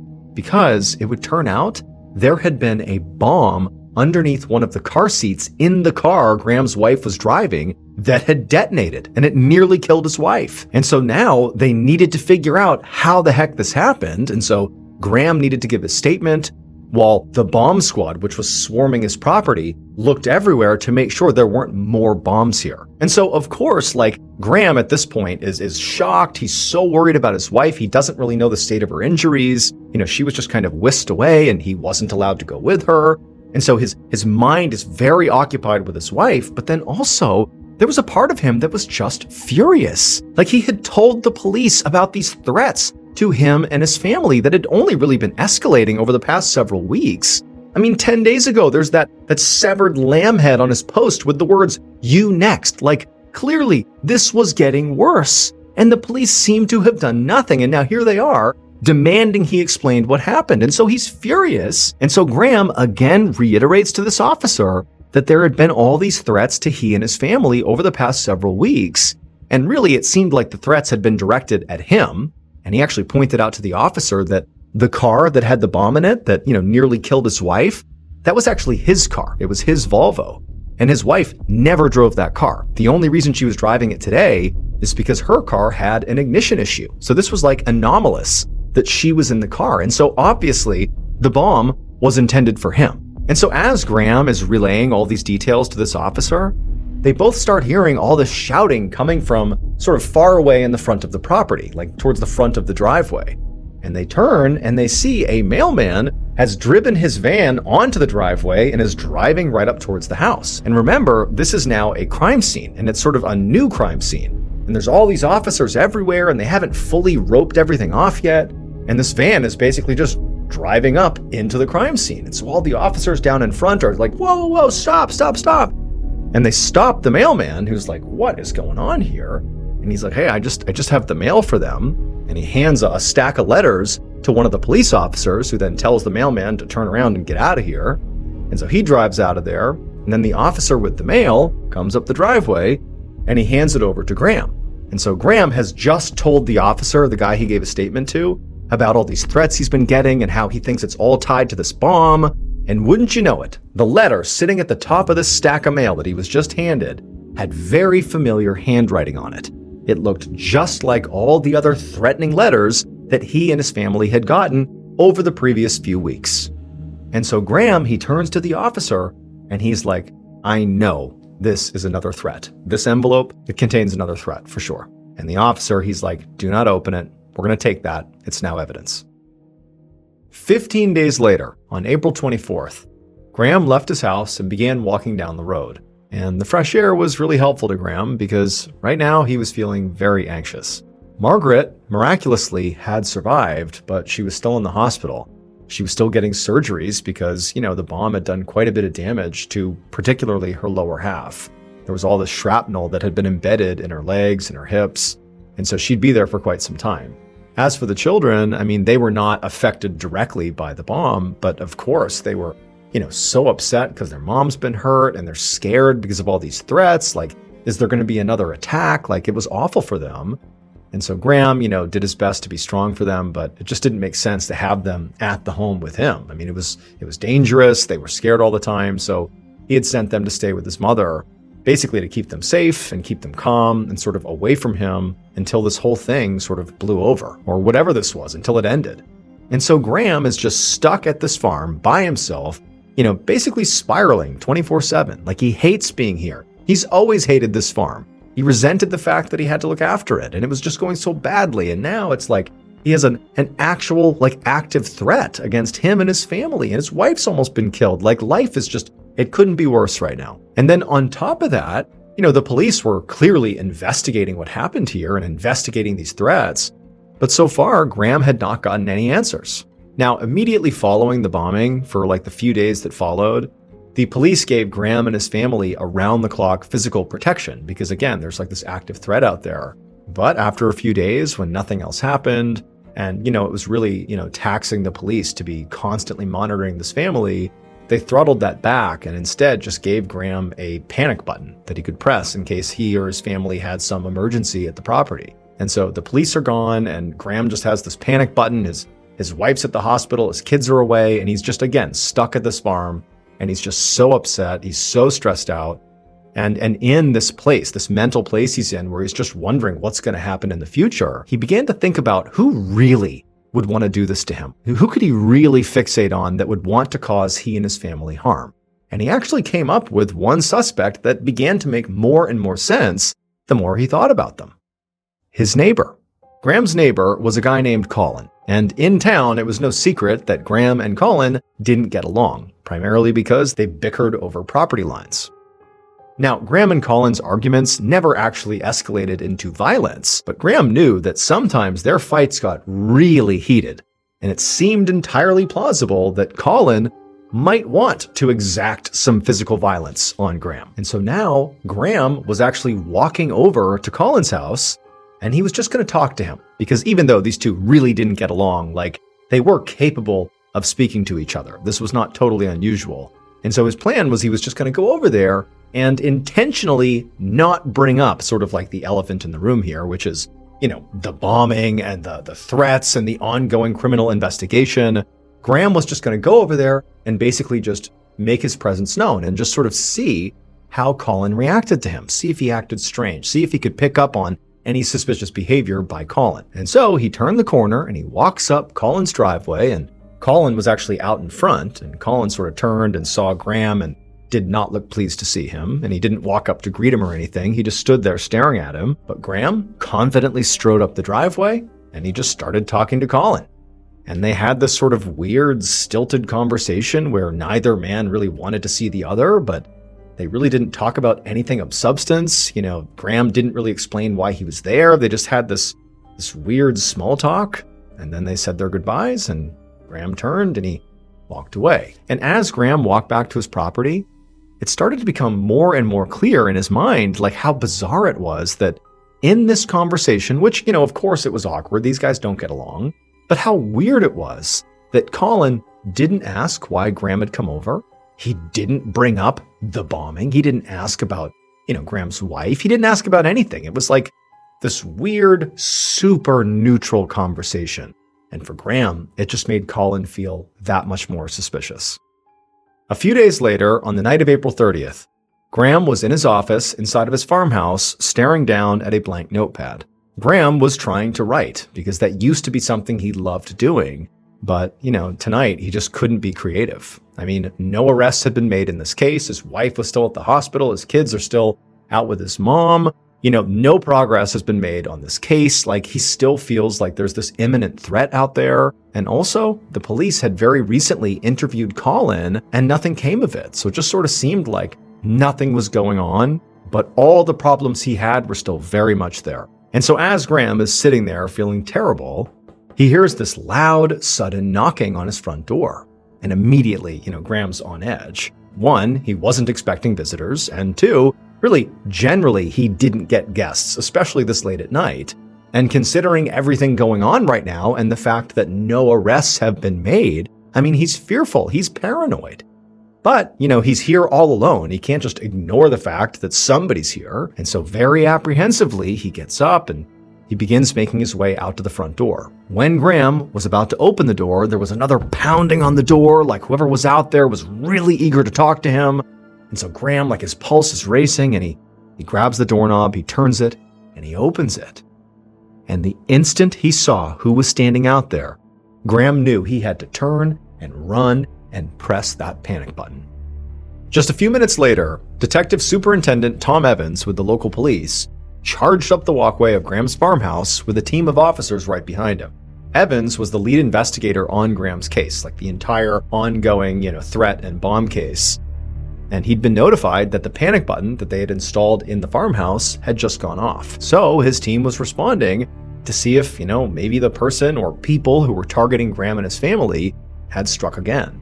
When Evans got up to the front door, he tried the handle and found that it was open. So he opened the door and he announced that police were here and they were coming inside, but there was no answer. And so Evans and his team went inside. And pretty much immediately when he stepped inside, he saw a dead body. There was a man laying on his back in the hallway and his chest was covered in blood. However, when Evans approached him, he realized that this was not Graham. This was someone else. This man was much older than Graham. He was in his 60s, and at first he just had no idea who it was. But then after a second, Evans actually recognized him. It was Colin, Graham's neighbor, who they'd actually interviewed fairly recently during their investigation. Ballen, in addition to having what appeared to be, one or several gunshot wounds to the chest, was holding a knife in his right fist. Before Evans and his team could take note of anything else here, they began to hear moaning coming from the kitchen. So Evans told a few of his officers to stay with the body, and then Evans and another officer slowly made their way, guns drawn, into the kitchen to see what was going on. And when they turned the corner and looked into the kitchen, it was a bloody mess. There was blood really on everything, chairs, tables overturned, and then lying on the ground in the center of all the chaos, cradling a shotgun, was Graham Backhouse. And Graham was a mess. He was the one who was moaning. He had this just horrible knife wound on his face, and he was bleeding profusely. And he also appeared to have a gash across his chest and also across his stomach. Evans and his partner, they run over to Graham, and they kneel down next to him. And, Graham, he's in rough shape, but he's clearly, stable. He can talk. He's in a lot of pain. And Evans asks him, hey, what happened? And Graham, who again, he's in quite a bit of physical pain here, so every time he speaks, he's sort of gritting his teeth. But he was able to explain to Evans that he heard a knock on his door, he opened it up, and there's Ballen, his neighbor. And it was unclear what he was doing here, and before long, the two men are getting in this argument. And then Graham said that Ballen sort of inexplicably admitted that he was the one who planted the bomb. He was the one who was leaving all these threats. And then Graham, who was about to run and press the panic button, right before he did, he said Ballen pulled out a knife and then started chasing after him. And at that point, Graham said he bolted, he grabbed his shotgun, he was able to get a shot off in self-defense, and then he did press the panic button. And he had no idea what happened to Ballen, but he figured he was dead.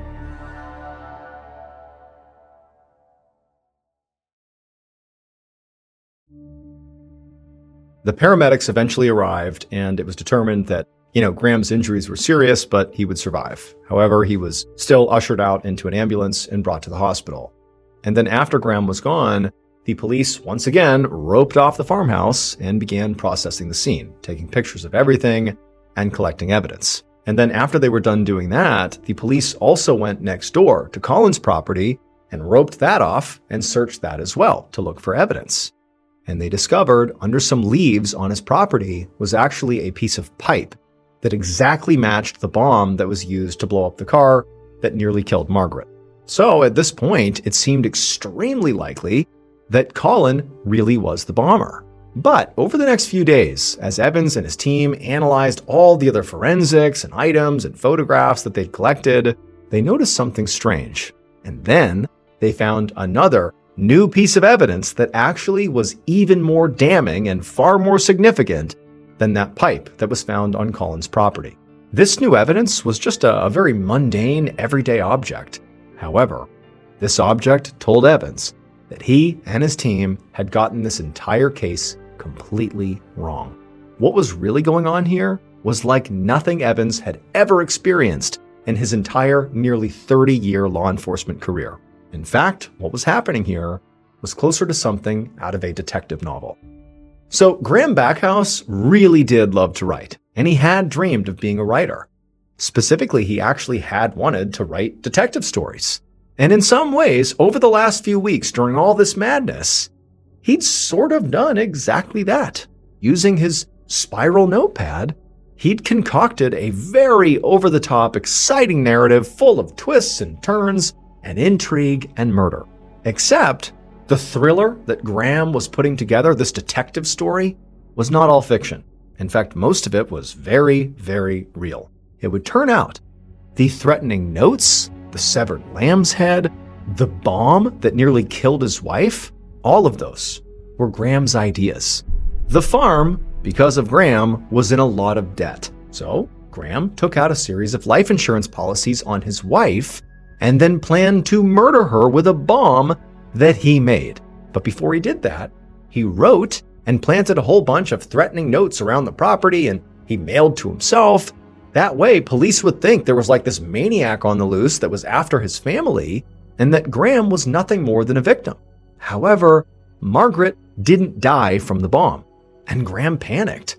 He worried that police would eventually realize it was him who planted the bomb, and so he decided he would frame his neighbor, Ballen, as the fall guy, since it was widely known in the village that they didn't get along. Except, while Graham had managed to create a a new twist, an outrageous turn in the storyline. Unfortunately, he was just as terrible at covering up his crime as he was at farming. Colin's murder scene had a whole bunch of evidence that clearly proved Graham had set the whole thing up. The blood spatter was completely off, and Graham had no defensive wounds. But the big clue that led the police to actually arresting Graham was his own spiral notepad. They'd found the notepad in Graham's office, and on one of the sheets was a very unique-looking circular doodle that clearly Graham had drawn on it.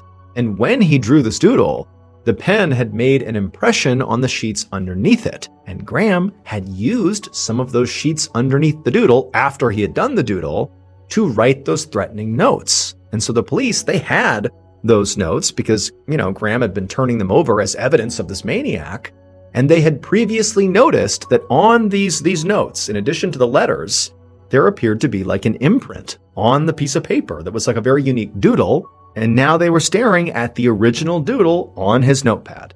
And so that allowed them to directly link the threatening notes right back to Graham.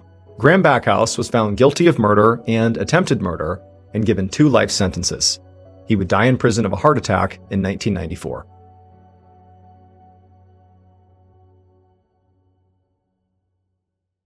A quick note about our stories. They are all based on true events.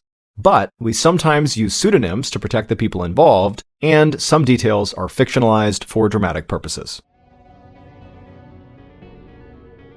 The MrBallen Podcast, Strange, Dark, and Mysterious Stories, is hosted and executive produced by me, Mr. Ballen. Our head of writing is Evan Allen, produced by Jeremy Bone and Cole Acasio. This episode was written by Kate Murdoch. Story editing by Luke Baratz. Research and fact-checking by Shelley Shue, Samantha Van Hoos, Evan Beamer, Abigail Shumway, Camille Callahan, Alex Paul, Ben Fasciano. Research and fact-checking supervision by Stephen Ear. Audio editing and post-produced by Whit Lacasio and Jordan Stidham. Production support by Antonio Manata and Delana Corley. Artwork by Jessica Clogston-Kiner. Theme song, Something Wicked, by Ross Bugden.